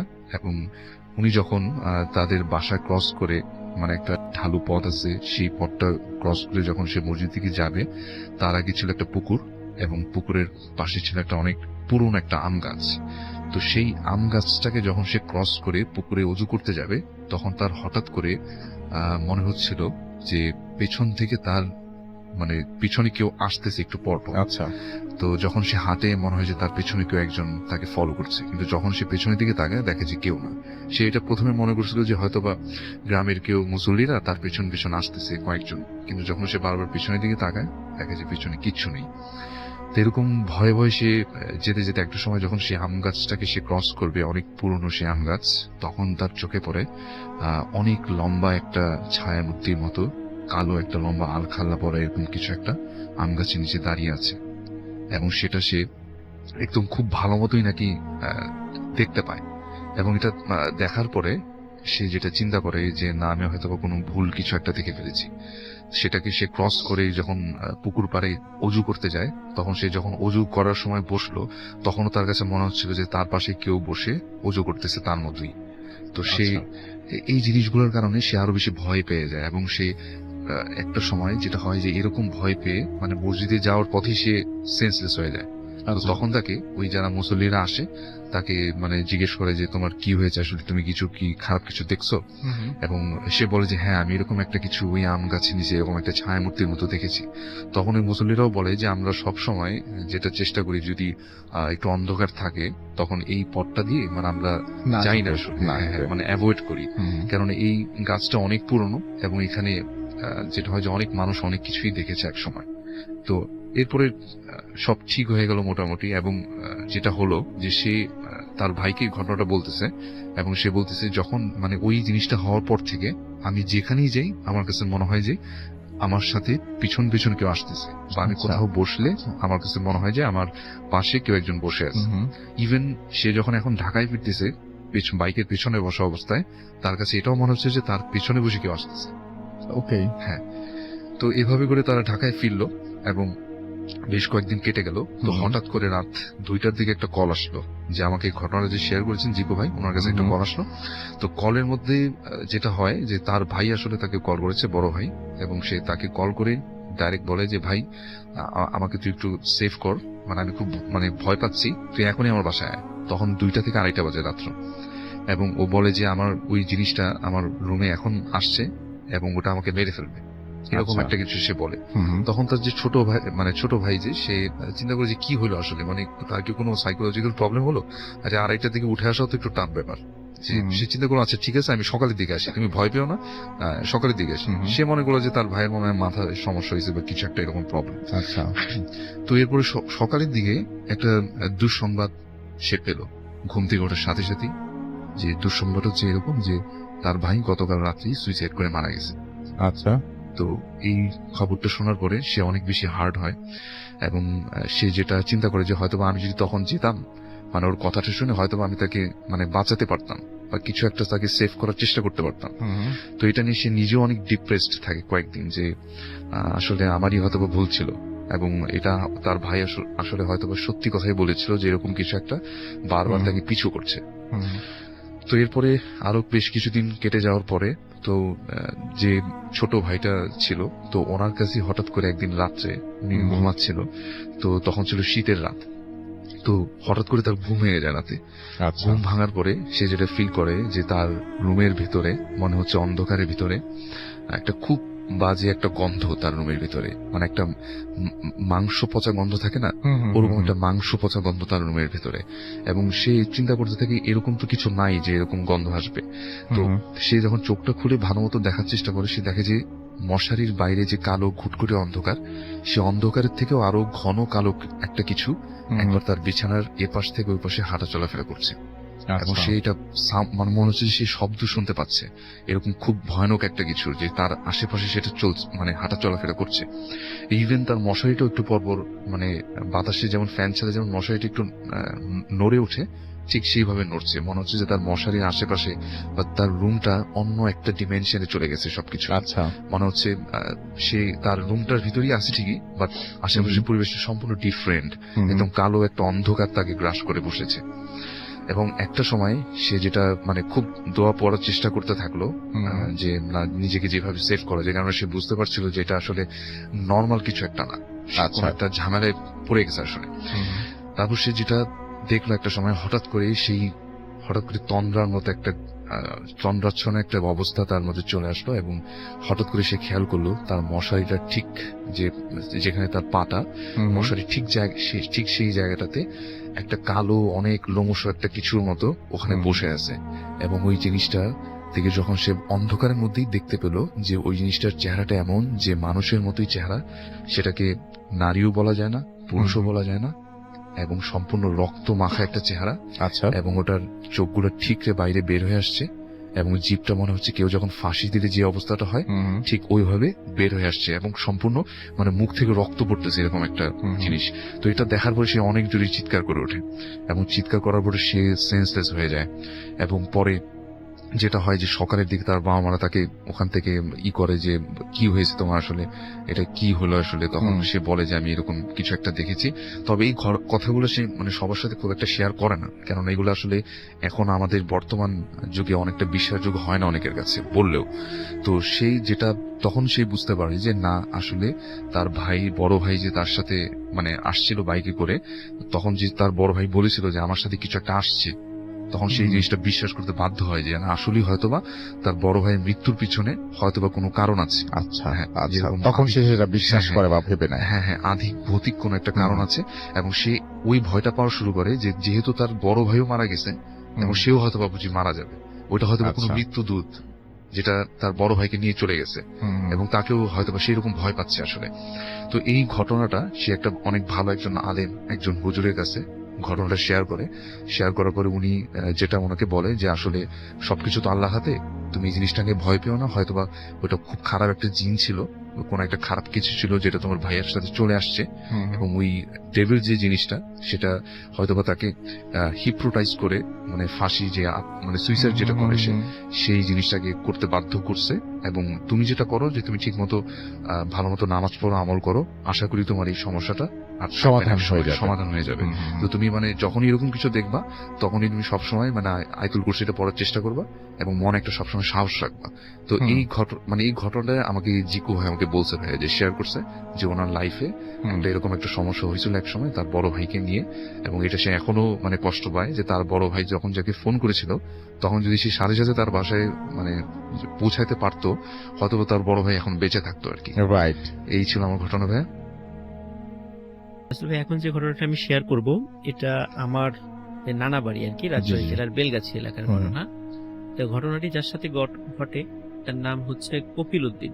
সে একটা মানে 18-19 বছর বয়সী একটি তরুণ যুবক ছিল। তো ওর আবার শখ ছিল যে মানে মুরগি পালা।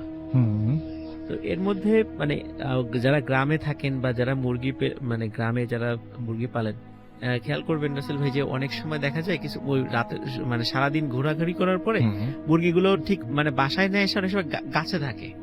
আচ্ছা, অনেক সময় গাছে থাকে, ওরা এসে খোপের মধ্যে আসে না। আচ্ছা আচ্ছা, সুন্দরবনে দেখেছি মুরগি গাছে। তখন অনেক কষ্ট করে ওই গাছ থেকে নামিয়ে আনতে হয় ওদের। তখন ওর কিছু মুরগিগুলো গাছে থাকতো।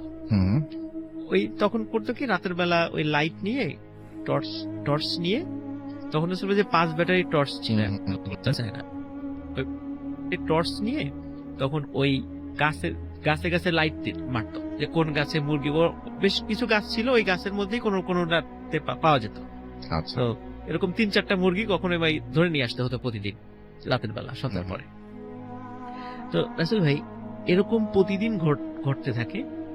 একদিন কি হয় রাসেল ভাই, যখন একটা গাছে টর্চ মারে দেখে হ্যাঁ মুরগি আছে, কিন্তু হঠাৎ করে মনে হলো গাছের উপরের ডালে কি যেন চোখ জল করছে কিছুর একটা। তো যখনই আবার লাইটটা ওদিকে ঘুরিয়েছে, চোখ যেখানে জল করে ওদিকে ঘুরিয়েছে, সাথে সাথে সে দেখে যে না ওখানে কিছু নাই। তখন মনে হচ্ছে হয়তো সে ভুল দেখেছে। কিন্তু যখন এসে ভাই লাইটটা বন্ধ করে দিয়েছে, হঠাৎ তার মনে হয়েছে উপর থেকে একটি সাপ মানে উড়ে এসে তার গলা পেঁচিয়ে ধরেছে। আচ্ছা। সে তো মারাত্মক ভয় পেয়ে যায় এবং হাত দিয়ে ওই সাপটা মানে প্যাঁচ খুলে, গলা থেকে প্যাঁচ খুলে ছুঁড়ে ফেলে দেয়। আচ্ছা। ছুঁড়ে ফেলেই দৌড়ে বাড়িতে চলে যায়। হুম বাড়িতে গিয়ে বলে যে মানে সাপ আমার গলা পেঁচিয়ে ধরেছিল। হুম তখন বাসা থেকে বলে যে ও কিছু না, এটা মনের ভুল, এটা বলে। কিন্তু ওর সাংঘাতিক মানে খুব ভয় পায় এবং ওর জ্বর চলে আসে। তো যাই হোক রাসেল ভাই, ওই হুজুরের ঝাড় ফুঁকে ওর মোটামুটি সে সুস্থ হয়ে যায়। আচ্ছা। কিন্তু আর একটা সমস্যা রাসেল ওর সাথে ঘটতে থাকে।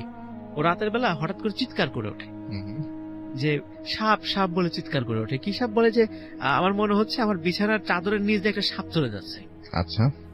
তখন বাসার লোকজন আসে, এসে ভালো করে লাইট টাইট দিয়ে দেখে যে না, ঘরে তো কোনো সাপ নেই। হুম তখন বলে যে এটা হলো মনের ভুল, ওই যে সাপ পেঁচিয়ে দিয়েছে ওর মানে মাথার মধ্যে ওই বিষয়টা কাজ করছে, এজন্য সবসময় মনে হয় যে ওর মানে সাপ ওর তাড়া করছে। আচ্ছা। তো এরকম রাসেল ভাই প্রায় রাত্রেই ও মানে এরকম চিৎকার চেঁচামেচি করতো সাপ সাপ বলে, কিন্তু বাসার ঘরের লোকজন যেত দেখতো না, কোনো সাপ নাই। একদিন রাসেল ভাই মানে সত্যি সত্যি মানে সে যখন চিৎকার করছে, বাড়ির লোকজন মানে প্রতিদিন একই ঘটনা দেখতে দেখতে মানে তারাও বিরক্ত হয়ে গেছে। হুম তো ওদিন বেশ রাগ করেই তার ঘরে ঢুকেছে। আচ্ছা। ঢোকার পরে রাসেল ভাই দেখে ওর সারা ঘর হুম মানে ছোট ছোট মানে ছোট সাপ, ওই আকৃতির সাপ কিন্তু মোটা, ছোট ছোট। ও সারা ঘর ঘুরে বেড়াচ্ছে এবং ও চিৎকার চেঁচামেচি করছে। তো যখনই লোকজন চলে আসে তখনই হঠাৎ করে ওই সাপগুলো অদৃশ্য হয়ে যায়। তখন বুঝতে পারে যে না, আসলে এটা ওর মনের ভুল ছিল না, নিশ্চয়ই কোনো ঘটনা ঘটেছিল।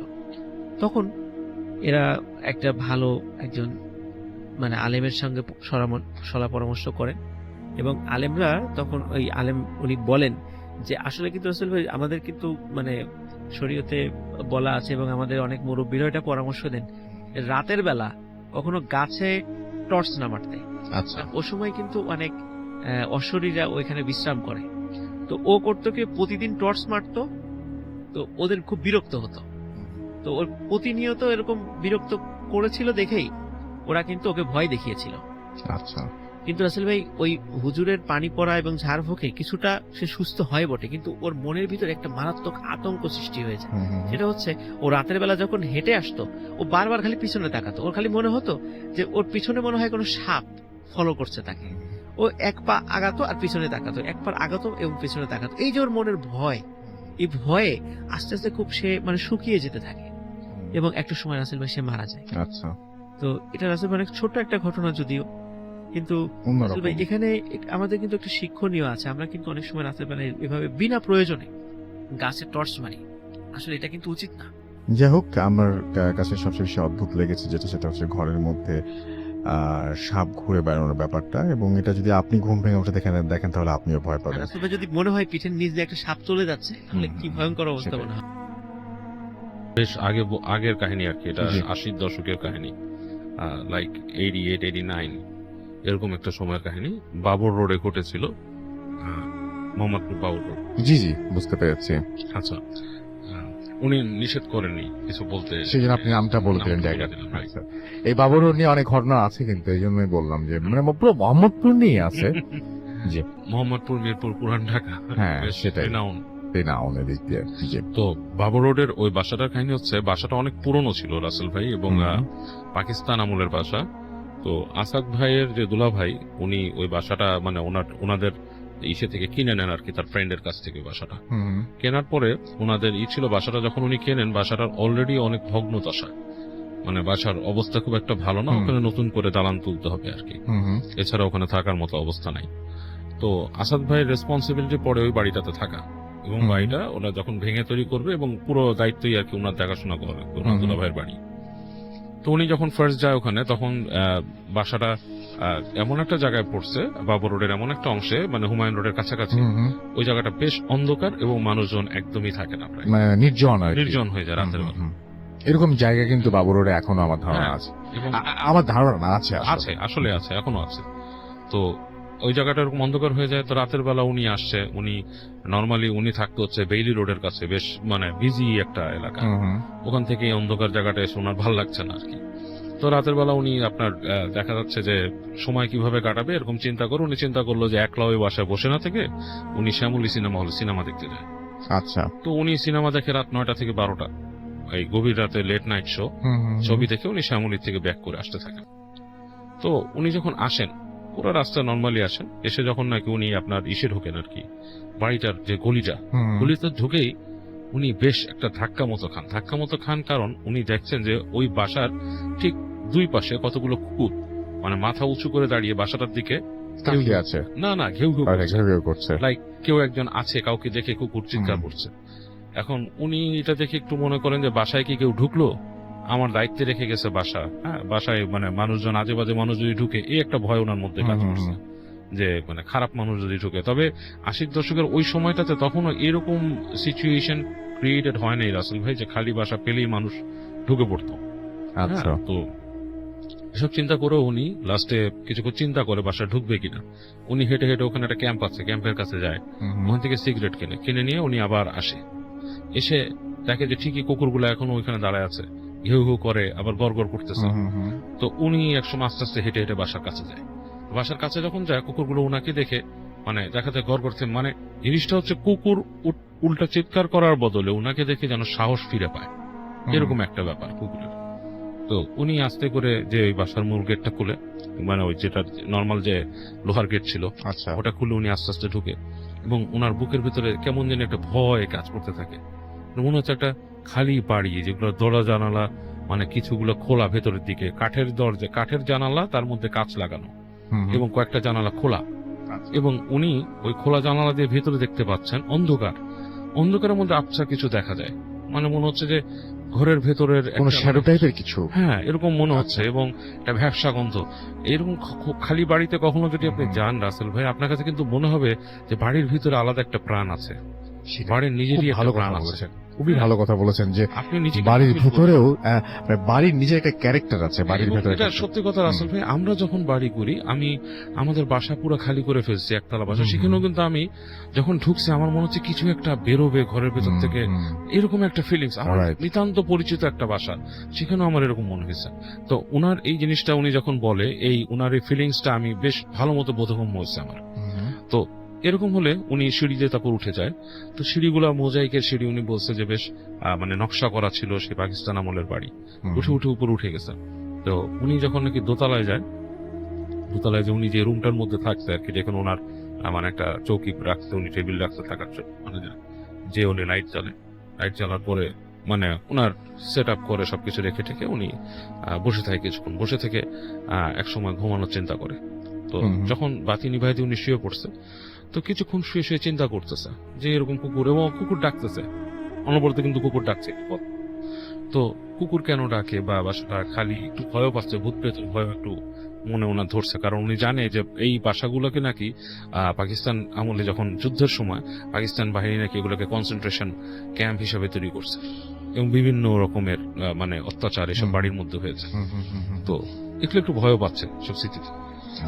এক সময় উনি হঠাৎ করে খেয়াল করে, কিছুক্ষণ পরে হঠাৎ মনে হয় একদম নিস্তব্ধ হয়ে যায় পুরো জায়গাটা। আচ্ছা, মানে কোনো কুকুরের শব্দ নাই, অ্যাজ ওয়েল অ্যাজ ঝিঝি পোকা বা যে কোনো রকমের শব্দ, পুরোটাই নিস্তব্ধ হয়ে গেছে। মনে হচ্ছে একদম চুপচাপ একটা এনভায়রনমেন্ট। তো এরকম শব্দ শুনে উনি বেশ অবাক হয়ে যায়, এরকম কেন, মানে এরকম হঠাৎ নিস্তব্ধ হয়ে গেল, মানে একটা অস্বস্তিকর ফিলিংস ওনার মধ্যে। এই সময় খুবই স্বাভাবিক, মানে সেটাই তো। হ্যাঁ উনি হঠাৎ করে শব্দ পায়, ঝনঝন, মানে কিছু একটা পড়তেছে নিচে, মানে হাড়ি পাতিল এগুলো কিছু পড়তেছে, হ্যাঁ এরকম শব্দ। মানে অবাক হয়ে যায়, ঘটনা কি হাড়ি পাতিল নিচে থাকার কথা না। উনি করে কি, হাঁটে, হেঁটে রুম থেকে বের হয়ে আস্তে আস্তে সিঁড়িতে নামতে থাকে নিচের দিকে। সিঁড়িতে নামতেছে, তখন মনে হচ্ছে মানুষের কোলাহল, লাইক কি ঝগড়া করতেছে মানুষ, কি বলতেছে, একটা মহিলার কণ্ঠ, এবং অ্যাজ ওয়েল অ্যাজ হাড়ি পাতিল এগুলা নাড়া হচ্ছে, হ্যাঁ এরকম একটা কথা, মানে মহিলার কণ্ঠস্বর শুনতেছে উনি রীতিমতো, যে কথা বলতেছে, কি চিৎকার করে করে এটা সেটা বলতেছে। তো উনি করে কি, আস্তে আস্তে হেঁটে ওই যায় যে, এবং উনি ওই জানলার সামনে দিয়ে শুনতেছে যে অন্ধকার ঘরের ভেতর থেকে শব্দগুলো আসতেছে, ঠিক আছে। তো ওখানে লাইটও নাই, কিছু নাই, উনি জানলা দিয়ে আস্তে করে তাকায় ভেতরে, বাসাটার ভেতরে, দেখে যে ওখানে মনে হয় কোন একটা কিচেন বা কিছু আছে, সেখানে কিছু নাড়াচাড়া হচ্ছে, মানুষের আবয় বুঝতে পারতেছে, তারপরে কেউ মানে কিচেনে কাজ করতেছে মহিলা, এবং অন্ধকারের মধ্যে কিভাবে একজন মানুষ নাড়াচাড়া স্বাভাবিক করতেছে, মানুষের কাজ এবং করার কোনো বড় সম্ভাবনা নাই। একটা হাড়ির মতো দেখতেছে, এরকম পাতিলের মতো নড়তেছে ওখানে, হ্যাঁ, এবং কথা বলতেছে সেই মানে অস্পষ্ট শব্দ, হ্যাঁ, যে এটা এভাবে ফেলাই দিছি, এরকম হতেছে, হেরা আসবে, এই ধরনের কথা। তো উনি না খুব ভয় পেয়ে যায়, উনি ভয় পেয়ে করে কি, এক সময় মানে চলে যাবে কি ভাবতেছে, এই সময় কি মনে করুন উনি দরজাটা ধাক্কা দেয়, ওই যে যেই দরজা দিয়ে রুমে ঢুকা, দরজাটা যখন ধাক্কা দেয়নি, ক্যাচ করে দরজা খুলে দেখে ভিতরে কোনো শব্দ নেই, পুরা নিস্তব্ধ হয়ে গেছে ভিতরে। তখন ওনার গায়ের মধ্যে একটা কাঁটা দিয়ে ওঠে যে আমার কি কাছে খুব হচ্ছে? অদ্ভুত লাগে হ্যাঁ, জায়গাটা। যে কি হচ্ছে, যে ভিতরে এরকম শব্দ পেলাম এসে। এবং উনি যখন নাকি আবার সিঁড়িতে উঠে বাঘ সিঁড়িতে উঠে আসছে, তখন শুনতেছে পুরুষ কণ্ঠের চিৎকার, যে কেউ কিছু গালি দিতেছে, দিতেছে, মানে জঘন্য অবস্থা। তো উনি না খুব ভয় পেয়ে গেছে, মনে হচ্ছে বাড়ির মধ্যে কোলাহল শুরু হয়ে গেলে হলো। উনি উপর থেকে তাকালো নিচে, তাকায় দেখে মনে হলো 3-4 জন মানুষ দাঁড়ায় আছে এবং তারা চিৎকার করতেছে ভেতরে, মানে ওই রুমের ভেতরে। এবং উনি যখন নাকি কিছুক্ষণ তাকায় আছে, হঠাৎ করে দেখে যে ওটার মধ্যে কেউ ওনার দিকে তাকাইছে উপরে, এবং উনি এটা দেখে শেষ দৌড় দিছে ওনার রুমের দিকে। ছেড়ে যখন দৌড় দিছে, রুমের মধ্যে ঢুকে তাড়াতাড়ি দরজা লাগাই দিছে, তখন শুনতেছে যে ওনার রুমের যে জানলার পাশ থেকে কেউ হাসতেছে কণ্ঠে, মানে এটা পুরুষ কণ্ঠের হাসি। এবং উনি প্রচন্ড ভয় পায় এবং কাইন্ড অফ সেন্সলেস এর মতো হয়, মানে পুরো সেন্স চলে যায় না, ওনার কিছু সেন্স থাকে। উনি চুপচাপ বালিশে মুখ গুজে শুয়েছিল এবং উনি সারা রাত এইসব শব্দ শুনতেছিল, বিভিন্ন রকমের চিৎকার, চেঁচামেচি, এই ধরনের ব্যাপার স্যাপার, এবং কেউ কাউকে মারতেছে এরকম, মানে প্রচন্ড অমানসিক গড়গড় এরকম শব্দ উনি কিন্তু শুনতেছে রাত্রেবেলা। তো যখন নাকি ফজরের দিক হয়ে যায়, আজানের শব্দ হয়, তখন আস্তে আস্তে সব চলে যায়। এবং উনি সকালবেলায় ওই যখনই একটু আলো ফুটছে, ওই বাসার থেকে ওনার মানে মানি ব্যাগ যা আছে নিয়ে ওখান তলপি হয়ে দৌড় দিয়ে বের হয়ে যায় এবং একদম আর কিছু স্বাভাবিক। বলে না। ওনার দুলাভাইকে বলে এইসব ঘটনা, যে এই জিনিস দেখছে। তো ওনার দুলাভাই বলে যে আসলে আমার উচিত হয় না তোমাকে থাকতে দাও, কারণ ওই বাসার অনেক ইতিহাস আছে, ওইখানে যে ফ্যামিলি ছিল তাদেরকে পুরাই মার্ডার করা হয়েছিল, পাকিস্তান আর্মি এসে মার্ডার করছে, এবং তারা ওখানে ক্যাম্প করেছিল। অনেকগুলো বাড়ি এখানে ক্যাম্প করেছিল। আরেকটা বাড়িতে আমার খালুই নিছিল, রিনোভেট করছিল, আপনাকে মনে হয় কাহিনী। আমাকে বলেছিলেন, রাইট রাইট রাইট, ওই জায়গাটা নাকি পুরোপুরি এই ধরনের এরকম হন্টেড হন্টেড জায়গা। এখন তো অনেক বিল্ডিং হয়ে গেছে, আমি লাল যখন আসছি তখন দেখছি অনেকগুলো নতুন নতুন দালান রাসেল ভাই। বাট স্টিল আমি কিন্তু রাতের বেলা ওখান থেকে চলাফেরা করতে গেলে, গভীর রাতে যদি কখনো জায়গায় যাই, আমি আস্তে করে মোটরসাইকেল থামায় দাঁড়ায় দেখি, একটু ফিল করার চেষ্টা করি যে পরিবেশ কি আগের মতো আছে কিনা এখানে। স্টোরিটা আমাকে একজন ফেসবুকে শেয়ার করেছেন। উনি মূলত কলকাতায় থাকেন এবং ওনার নাম হচ্ছে শুভঙ্কর। তো ওনার যেটা হয় যে চেন্নাইতে পড়াশোনা করার কারণে, তো ওইখানকার একটা ঘটনা উনি আমার সাথে শেয়ার করেন। তো ঘটনাটা হচ্ছে, মেইনলি অনেকেই হয়তো শুনে থাকবেন, চেন্নাই টু পন্ডিচেরি যে রোডটা, মানে হাইওয়ে রোডটা, মানে যেটা ওয়েস্ট বেঙ্গলকে চেন্নাইয়ের সাথে সংযুক্ত করেছে, মানে দক্ষিণ ভারতের সাথে। তো সেই রোডটার একটা ঘটনা উনি আমাকে বলেন। তো ওনাদের একটা সময় যেটা হয় যে গত বছরের দিকে, এটা 2016-এর ডিসেম্বরের দিকের ঘটনা, তখন ঠিক 1 বছর আগে, হ্যাঁ, 1 বছর আগে, তখন মোটামুটি ভালো ঠান্ডা ওই চেন্নাইতে। তো ওনারা যেটা করেন যে ওনাদের সেমিস্টার ফাইনাল হয়ে যাওয়ার পরে ওনারা একটা প্ল্যান করেন যে ওনারা পন্ডিচেরিতে মানে একটা বাংলো ভাড়া করে, যে কোনো এক হলিডেতে তারা সেই বাংলোটাতে ঘুরতে যাবে। এবং ওই বাংলোটাতে যাওয়ার জন্য ওনারা যেটা করে যে 3-4 জন ফ্রেন্ড মিলে একটা গাড়ি ভাড়া করে, এবং গাড়িটা যেটা হয় যে একদম তাদের বাংলো, সেই বাংলোতে পৌঁছে দেবে। এবং ওনাদের বাংলোটা ছিল ওই যে হাইওয়েটার কথা আমি বললাম, ওটাকে অনেকে বলা ইস্ট কোস্টাল রোডও বলে থাকে, স্টেট হাইওয়ে 49 এটার যে নাম। তো এই হাইওয়েটার ঠিক শেষ মাথায়, এবং সেখানে কিছু বন জঙ্গল, এবং সেই বন জঙ্গলের ভিতরেই বাংলোটা, খুব সুন্দর একটা অ্যাডভেঞ্চারাস একটা জায়গা। তো ওনারা প্ল্যান মতো সেই গাড়িটা নিয়ে গাড়ির ড্রাইভারকে তারা সবকিছু সেট করে, এবং গাড়ির ড্রাইভারকে বলে যে আমরা আসলে সন্ধ্যার পরে রওনা হবো সেই হাইওয়েটা দিয়ে। কিন্তু গাড়ির ড্রাইভার কোনো মতেই সেই হাইওয়েটা দিয়ে এই সন্ধ্যার দিকে, মানে রাত্রে জার্নি করতে রাজি হয় না। মানে দ্বিগুণ ভাড়া দেওয়ার পর সে সেটা রাজি হয়। এবং রাজি না হওয়ার কারণ হচ্ছে যে এই হাইওয়েটা নিয়ে বেশ কিছু আদিভৌতিক কথা সেখানে প্রচলিত। এবং যেটা মেইন যেটা প্রচলিত সেটা হচ্ছে যে ওখানে যখন চলাচল করার সময় হঠাৎ করে গাড়ির যে ড্রাইভাররা তারা হঠাৎ করে ডার্ক সাইকেলের ভিতর পড়ে যায়। মানে বিষয়টা হচ্ছে এরকম যে হঠাৎ করে একটা অন্ধকারাচ্ছন্ন একটা জায়গায় চলে যায় এবং কোনোভাবেই রাস্তা সামনের দিকে গয় না, একই রাস্তায় তারা বারবার সার্কেল করতে থাকে। রাইট। এবং আরো কিছু প্রচলিত রয়েছে, যেমন হঠাৎ করে মানে টেম্পারেচার বেড়ে যাওয়া, কমে যাওয়া, হঠাৎ করে কোন একজন সাদা কাপড় পরে রাস্তার মাঝখানে চলে আসা। এবং ওই হাইওয়েটার মানে একটু পরপরই ছোটখাটো অনেক টেম্পল রয়েছে। তো ওনাদের ওখানকার লোকালদের বিশ্বাস হচ্ছে, মানে কেউ যদি এই টেম্পলগুলোর যে কোনো একটাতে পুজো না দিয়ে যায় তাহলেই তার মানে বিপদ সামনে, আচ্ছা এরকম একটা মিথ ওখানে প্রচলিত। তো এই জন্যই ড্রাইভার আসলে মানে রাত্রে জার্নি করতে রাজি হয় না, কিন্তু হুম। তারপরে অনেক বলাবলির পর দ্বিগুণ ভাড়া দেওয়ার পর সে রাত্রে জার্নি করতে রাজি হয় এবং সন্ধ্যার ঠিক পরবর্তী সময় তারা মানে স্টার্ট করে তাদের জার্নি। তো তারা যখন ওই স্টেট হাইওয়ে 49 সেই রোডটার ঠিক মানে একদম গভীর রাতের দিকে প্রায় হুম। মাঝামাঝি অবস্থায় চলে গেছে বললেই হয়। এক পাশে হচ্ছে অনেক বড় ভারত মহাসাগর, সাগর, মানে খুব সুন্দর রাস্তাটা, হাইওয়েটা খুব আচ্ছা। সুন্দর। আর এক পাশে হচ্ছে পাহাড়, এক পাশে বন জঙ্গল, আবার কিছু কিছু জায়গা লোকবসতি। তো এভাবে যেতে যেতে হঠাৎ করে একটা পর্যায়ে যেটা হয় যে ঘুটঘুট একটা অন্ধকারের ভিতরে গাড়িটা চলছে এরকম মনে হচ্ছে। কিছুক্ষণ আগে যেমন হাতের বাম পাশে যে সাগর ছিল সেটা দেখা যাচ্ছিল, ছোটখাটো লাইট দেখা যাচ্ছিল হাতের ডান পাশে, জঙ্গলের ভিতরে ছোটখাটো বাড়িঘর। কিন্তু এখন একটা পর্যায়ে যেটা মনে হচ্ছে যে শুধুমাত্র গাড়ির হেডলাইট আর কিচ্ছু নেই সামনে, শুধু সামনে রাস্তা দেখা যাচ্ছে আর কিচ্ছু নেই। তো একটা পর্যায়ে তারা একটু ঘাবড়ে গেল যে ঘটনা কি আসলে, মানে কিছুই দেখা যেতেছে না, এরকম তো হওয়ার কথা না। ড্রাইভারও বলতেছে আমি তো এখান থেকে অনেকবার ড্রাইভ করছি ভাই রাস্তা দেখে। হ্যাঁ, এরকম তো হয়নি কখনো আসলে, মানে এটা তো ওই যে মিথ প্রচলিত ডার্ক সাইকেলে ফেসে যাওয়া সেরকম মনে হচ্ছে। এবং ওদের মধ্যে একজন দেখলো যে হঠাৎ করে রাস্তার বাম পাশে অনেক সময় ভাঙা থাকে না, যে এত কিলোমিটার লেখা থাকে জায়গা, তো ওরকম একটা জায়গা তারা ক্রস করলো এবং ঠিক আধা ঘন্টা পরে ওই জায়গাটি তারা ক্রস করতেছে বারবার। এটা মানে তাদের চোখে পড়লো এবং তারা তখন বুঝতে পারলো যে আসলে তারা আসলে ওই যে ডার্ক সাইকেল যেটা প্রচলিত ওই ইয়াটার ভিতরে পড়ে গেছে। এবং একটা পর্যায়ে তারা বেশ ভয় পেয়ে গেল এবং সাথে সাথে পেট্রোল ফুল হচ্ছে, কিন্তু রাস্তা কিন্তু যাচ্ছে না, সে একই রাস্তায় তারা বারবার ঘুরতেছে। তো বিশাল একটা ভয় কাজ করলো তাদের মাঝে এবং তারা একটা সময় যেটা চিন্তা করলো যে না, আমরা গাড়িটা স্টপ করে রাখবো, কেননা পেট্রোল শেষ হয়ে যাচ্ছে, আমরা গাড়িটা স্টপ করে রাখবো। তো ইন দ্য মিন টাইম গাড়িটি স্টপ ছিল প্রায় 5 মিনিটের মতো। এই 5 মিনিটে কোনো ট্রাক বা কোনো গাড়ি ঘোড়া আসেও নি যায়ও নি। তো হঠাৎ করে তারা দেখলো যে দূর থেকে একটা জিপের মতো অনেক পুরনো মডেলের একটা জিপ, ব্রিটিশ আমলের একটা মডেলের জিপ মানে তাদের বরাবর আসতেছে, তাদের গাড়িটা বরাবর। তো তারা তখন চিন্তা করলো যে এত পুরনো জিপ তো এখানে থাকার কথা না, এগুলো তো ব্রিটিশ আমলের জিপ, তো এটাই হাইওয়ে রোডে কিভাবে আসলো। তো ওইটা যখনই তাদের সামনে দিয়ে ক্রস করে চলে গেল, দেখলো যে গাড়িটার ভিতরে কেউ নেই, মানে ড্রাইভারও নেই, না ড্রাইভারও নেই, ড্রাইভারের সিটটা খালি, মানে ওখানে কেউ ড্রাইভ করছে না, কিন্তু গাড়িটা সম্পূর্ণ লাশে ভর্তি।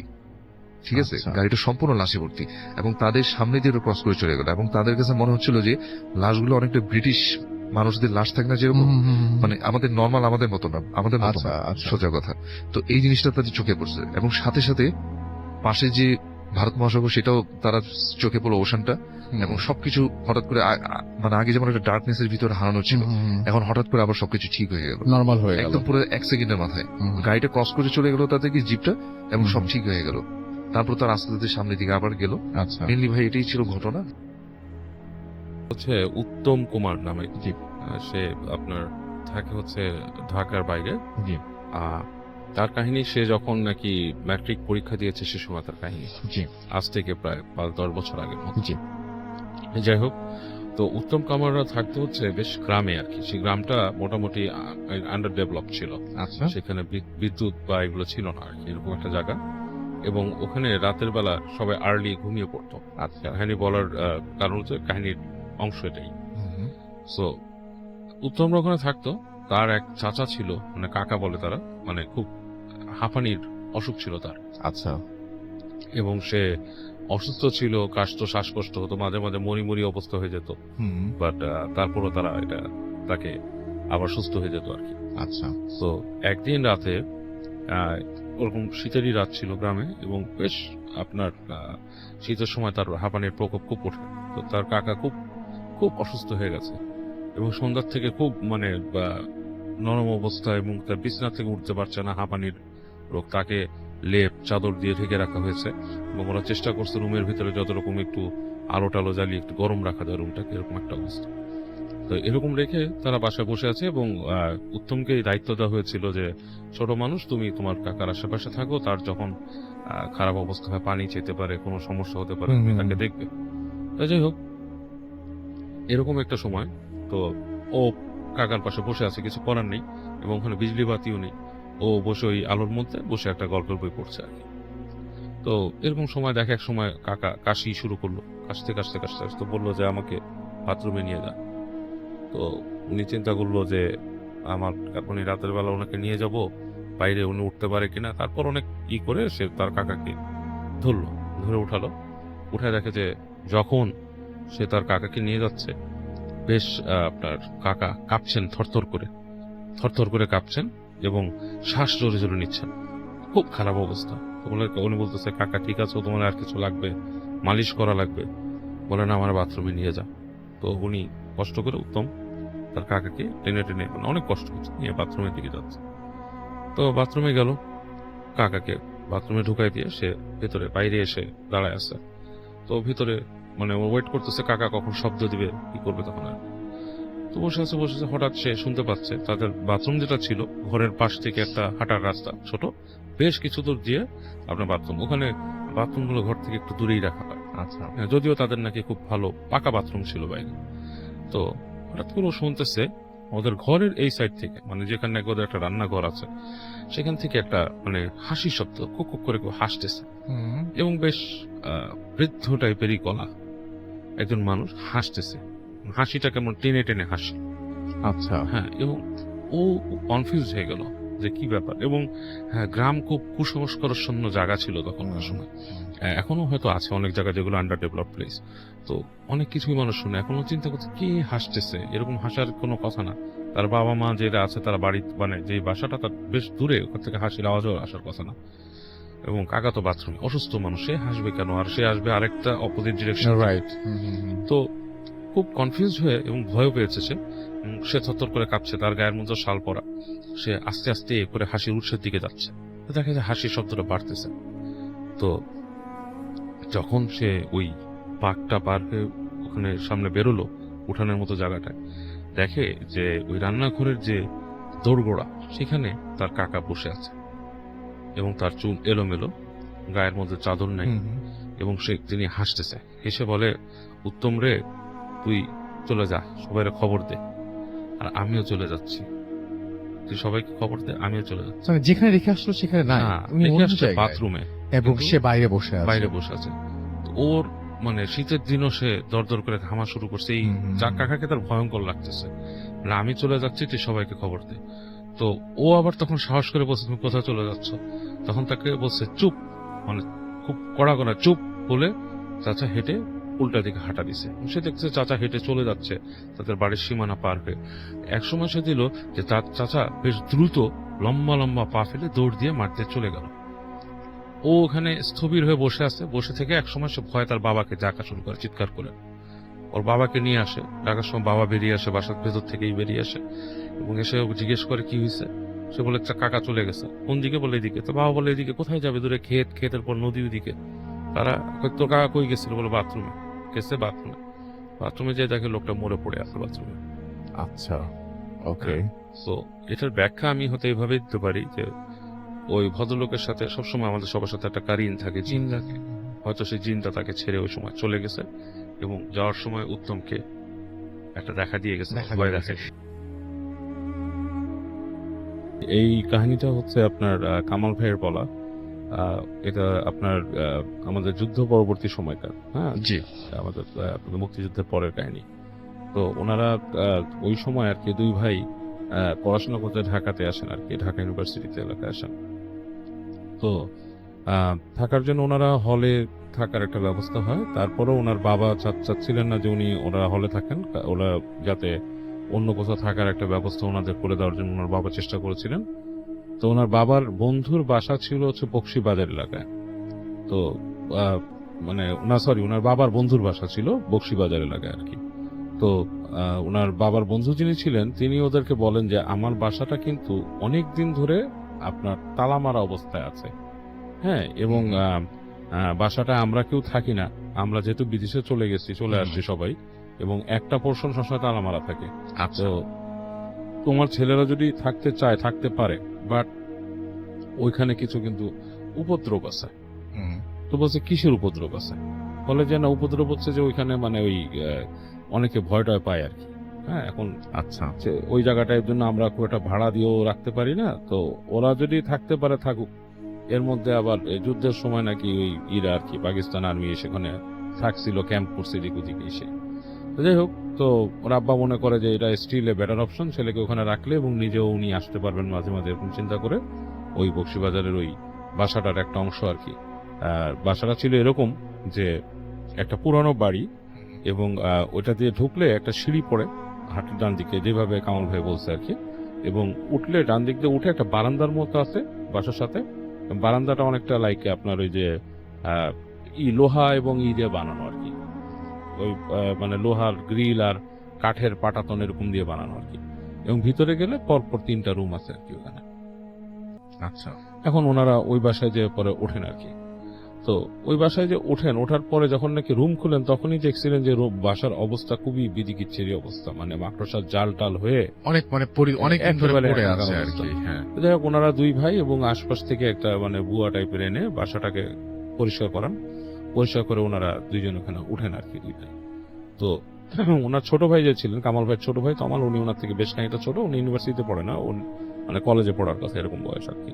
তো যাই হোক, ওনারা যখন উঠেন পরিষ্কার পরিচ্ছন্ন করে ওই বাসাটায়, তো প্রথম দিন থেকেই কিছু একটা সমস্যা ওনারা ফিল করতে থাকেন, যেটা হচ্ছে যে রাত্রেবেলা হলেই মনে হয় রাত্রে 9টা-10টার পর থেকেই কেউ একজন ঘুন ঘুন করে কাঁদতেছে বাসার পিছন থেকে। তো ওনারা মনে করে যে এগুলো ডেন্স এরিয়া, পিছনে কোনো বাড়ির বুড়ি টুড়ি কাঁদতেছে, এরকম একটা উনি ফিল করে আর কি, মনে করে যেরকম।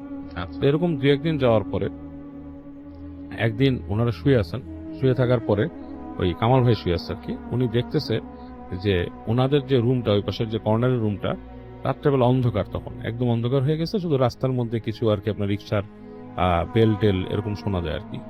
তো দেখতেছে হঠাৎ করে যে ঠিক ওই পায়ের কাছ দিয়ে আর কি, উনি যে শুয়ে আছেন খাটের কাছে, ওই পায়ের কাছ দিয়ে কেউ একজন আসতেছে, এবং মনে হচ্ছে যে কুজা, মানে লাইক মানে একটা মানুষের বয়সের ভারে যেরকম নুয়ে যায় সেরকম একটা কুজো মানুষ আসতেছে। এবং উঠলে মানে যখন উনি একটু একটা করে পা ফেলতেছে তখন পিঠটা উঁচু হয়ে যাচ্ছে, আবার যখন নাকি পাটা ফেলে দিচ্ছে তখন নিচু হয়ে যাচ্ছে। তো উনি পায়ের কাছ থেকে সে ধরফড় করেই প্রায় উঠে বসছে বিছনার মধ্যে। আচ্ছা, উঠে তাকায় দেখতেছে যে একটা বুড়া মানুষের মতো অবয়ব, পুজো এরকম করে করে আসতেছে, আস্তে আস্তে এই রুম থেকে ওই রুমে চলে গেল। এখন ওই রুমে যেই দেখতেছে উনি কান্নার শব্দটা শুরু হয়েছে ঠিক ওনার পাশের রুম থেকে, হু হু করে কান্না শুরু করে। আচ্ছা, হ্যাঁ, মানে একটা বুড়া মানুষের যেরকম নাকি কান্না এই টাইপের। তো ওনার সব গায়ের রুম দাঁড়ায় গেছে, এবং ওনার পাশের রুমটাতে কিন্তু ওনার ভাই থাকতো, যে ওনার ছোট ভাই যে তমাল। তো উনি অনেকক্ষণ কিছুক্ষণ শুনছে, শোনার পরে উনি আস্তে করে বিছনার থেকে নামছে, নেমে পাশের রুমে গেছে, যে দেখছে কেউ নাই, কিন্তু বুঝতেছে যে ওনার ভাইটা আছে, এবং সে যে জাগা এই ফিলিংসটা উনি পাচ্ছে যে ওনার ভাই জেগে আছে। এবং উনি তাকায় ডাক দেয়, তমাল তমাল, দেখে কোনো শব্দ নেই, হ্যাঁ, গড়গড় করছে। তো উনি করে কি, লাইটটা জ্বালায়, দেখে ওনার ভাই খাটের কোনার মধ্যে জুবুথুবু হয়ে বসে আছে, এবং ওনার দিকে এক দৃষ্টিতে তাকায় আছে, এবং ঘর ঘর করে একটা শব্দ করতেছে, মানে তার ভেতর থেকে ঘর শব্দ বেরোতেছে। তো উনি ভাইয়ের এই মানে সাডেন চেঞ্জ দেখে বেশ ভয় পেয়ে যায়, এবং ওনার ভাইয়ের সাথে যখন কথা বলতে চায় দেখে ভাই ঘর করতেছে, কথা বলে না, এবং মানে অপ্রকৃতস্থ হয়ে গেছে। আচ্ছা, এবং এক পর্যায়ে দেখে যে ভাইয়ের মুখ হানা উঠতেছে। আচ্ছা, তো উনি ভাইকে অনেক করার চেষ্টা করে, মাথার মধ্যে পানি টানি দিয়ে ইটি করে সোজা করার চেষ্টা করে, দেখে এক সময় শরীর খিচকে গেছে পুরো। যাই হোক, এই অবস্থায় উনি বুঝতে পারে না ঘটনাটা কি হয়, এবং উনি সকালবেলা উঠেই ওনার বাবাকে খবর দেয়, হ্যাঁ, যে এরকম অবস্থা, যে ইসে মানে পোস্ট অফিসে যে এরকম অসুস্থ হয়ে গেছে, এরকম ব্যাপার। তো ওনার বাবা ওই মফস্বল শহর থেকে চলে আসে তার একদিন পরে, এবং এর মধ্যে ইন দ্য টাইম ডাক্তার ডেকে নিয়ে আসছে। কি হয়েছে? ডাক্তার বলে যে ওর কি সিজার আছে নাকি, মৃগী রোগ। বলছে না, মৃগী রোগ নাই, লক্ষণগুলো মৃগী রোগের মতো। এরকম কেন হয়েছে? আচ্ছা, তো ইন দ্য মিন টাইম উনি যখন যায়, ওই আশেপাশের কিছু দোকানের লোকজন ওনাদের সাথে কথা বলে, ওনার সাথে বলে যে আপনারা কোন বুদ্ধিতে এই বাসায় আসছেন, এটা তো খুবই মানে ভয়ের বাসা, এখানে মানুষ থাকে না, দেখেন থাকতে পারে না, তালা মেরে দিয়ে ওনারা চলে গেছে। এখানে ওরা খুব খারাপ, ভয় পায় মানুষ আশেপাশে। আমরা নিজেরা ওই বাসার ধার কাছে দেখেছি না, রাত্রেবেলা আমরা দেখি ওই গ্রিলের মধ্যে পা ঝুলায় বসে রয়েছে মানুষ, এরকম জিনিস, কিন্তু আসলে সেটা মানুষ না। মানে তার মানে ওই বাসার কেউ না, বাসার কেউ না, মানে মানুষই না, মানে সেটা তারা বুঝে কেউ না, মানুষই না, কারণ তার আচার আচরণে দেখা গেছে উপর থেকে লাফ দিয়ে পড়ছে নিচে, এই ধরনের জিনিস করতে। এনিওয়েজ, তো উনি তারপরে শুনে মানে এই করবো না, বাবা আসা পর্যন্ত ওয়েট করে। তো ওনার বাবা যখন আসার পরে ওনার বাবা দেখে বলে যে ছেলে তো মনে হয় অন্য কিছু হয়েছে, হ্যাঁ, মানে এটা না। তো ছেলেকে ঘুম পাড়ায় রেখে ওনার বাবা বসে থাকেন। তো এক পর্যায়ে ওনার বাবা রাত্রেবেলা বলে যে আমি ওর সাথে শুচ্ছি, এসে তুমি শো। তো ওই কামাল ভাই ওনার রুমে এসে ওনার বাবা ওনার ভাইকে নিয়ে এসে, অসুস্থ ভাই, এবং সে কিন্তু এখনো ফুল সেন্সে একবারও আসেনি, আচ্ছা। ঠিক আছে, লাইক ঘুমাচ্ছেই সে, এরকম একটা অবস্থা। তো যখন শুয়ে আছে, এরকম রাত হয়েছে, রাত্রে মানে যার যখন গভীর হয়েছে, হঠাৎ করে উনি শব্দ পায় যে ওনার যে রুমের দরজাটা ধাপ করে মানে কেউ একটা ধাক্কা দিয়ে খুলে দেয়, এবং ওনার আব্বা চিল্লায় উঠে বসতে, কে কে কে। এর মধ্যে দেখে যে ওনার ভাই ওখানে পাগলামি শুরু করে দিছে, মানে সে সেন্সে আসছে, পাগলামি প্রলাপ বকতেছে, এইটা এটা বলতেছে, গায়ের জোর ওনার আব্বা আটকায় রাখতে পারতেছে না। উনি তখন অনেক কষ্টে ওনাকে রাত্রেবেলা ওর ভাইকে দমায় রাখে, এবং একসময় সে সেন্সলেস হয়, এবং সকালবেলা যে ফজরের নামাজের পর একজন হুজুরকে ডেকে নিয়ে আসে ওখানে, ওখানে কাছাকাছি এক মসজিদে, বলে যে এখানে একজন বরেদগার হুজুর আছেন, ওনাকে নিয়ে আসলে দেখেন। তো হুজুর যখন বাসা আসে, হুজুর পাড়া দিয়েই বলে যে এই বাসাটার মধ্যে সমস্যা আছে, এখানে উঠছেন কেন, এখানে খুব বাজে জিন বসবাস করে, এবং ওই জিনের কাউকে এখানে অ্যাকসেপ্ট করবে না। এবং ওই হুজুর যখন নাকি বাসায় পাড়া দিচ্ছিল, তখন নাকি হুজুরের পা মোচড়ায় বাঁকা করে দিচ্ছিল, হুজুর ঢুকতে পারেননি। বাপরে বাপ। এবং উনি দোয়া পড়ে তারপর ঢোকেন, ঢুকে বলে যে আপনারা কি আদৌ চান যে এই বাসাটা থাকতে? দুইটা অপশন আছে, একটা হচ্ছে যে আপনার ছেলেকে আমি নিয়ে ঝাড়াই দিতে পারি, তার উপর যে প্রভাবটা পড়ছে সেটা চলে যাবে। আর আরেকটা জিনিস হচ্ছে যে এই বাসা যদি আপনি বন্ধ করতে চান, সেটা এখন আমার পক্ষে সম্ভব না, এটা মানে অনেক আছে, সিস্টেম আছে, সেগুলোতে করতে পারে। তো ওনার বাবা তখন চিন্তা করে যে না, আসলে এটা তো আমার পক্ষে এই বাসা বন্ধ করা, এইগুলো ঝামেলার মধ্যে কিভাবে যাব। তো বলছে এই চেষ্টাটাও করেন না আপনারা, কারণ কি এই যে জিনটা আছে সে অনেক একটা এল্ডার, মানে অনেক সিনিয়র একটা জিন, অনেক পুরানো বয়স্ক, এবং সে এটা অ্যালাউ করবে না, আপনাকে অনেক ঝামেলা করবে, এরা অনেক যাইতে চায় না। অনেকে আছে এরকম, যেখানেই দেখবেন যে এই ধরনের জিনিস হচ্ছে, তারা হচ্ছে অনেক পুরানো, এরা মানুষকে অনেক সমস্যা করে, এবং আপনার ছেলেকে কিন্তু শেষ করে ফেলবে এখানে থাকলে, সুযোগ পেলেই হিসছে শুধু। তো ওনার ওই ঝাড়ায় আর কি, তো ওর ভাইকে ঝাড়ায়, অনেক কষ্ট হয় ভাইকে ঝাড়াইতে। রাসেল ভাইকে তার মানে লাইফ একদম হয়ে যায়, ভাইকে ওখানে ঝাড়ায়, এবং আলটিমেটলি অনেক বছর পর্যন্ত ওনার ভাই মানে ওই যে রাত্রে বেরোতে পারতো না, তাবিজটা ক্ষয় হয়ে গেলে তার সমস্যা হইতো, তারপর এই ধরনের প্রবলেমগুলো হতো।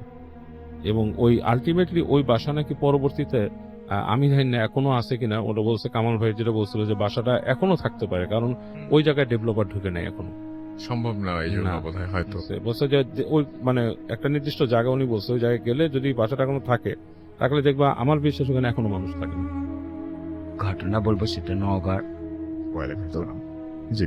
আমি নওগাঁর যে জায়গাটাতে এবার যাওয়া হয়েছে, এর আগে ওই নওগাঁ ডিস্ট্রিক্টে যে ঘরটার বিষয়ে যে আমার কাছে আসছিল যে লোকটা সমস্যার জন্য, তো আমি তো সেদিন যেতে পারিনি, তো ওই লোককে আমি বলে দিয়ে আসছিলাম যে ঠিক আছে আপনি যান, যাওয়ার পর আমি ফোনে কথা বলবো সেখানে, এবং কি করতে হবে সে কাজটা আমি বলে দেব।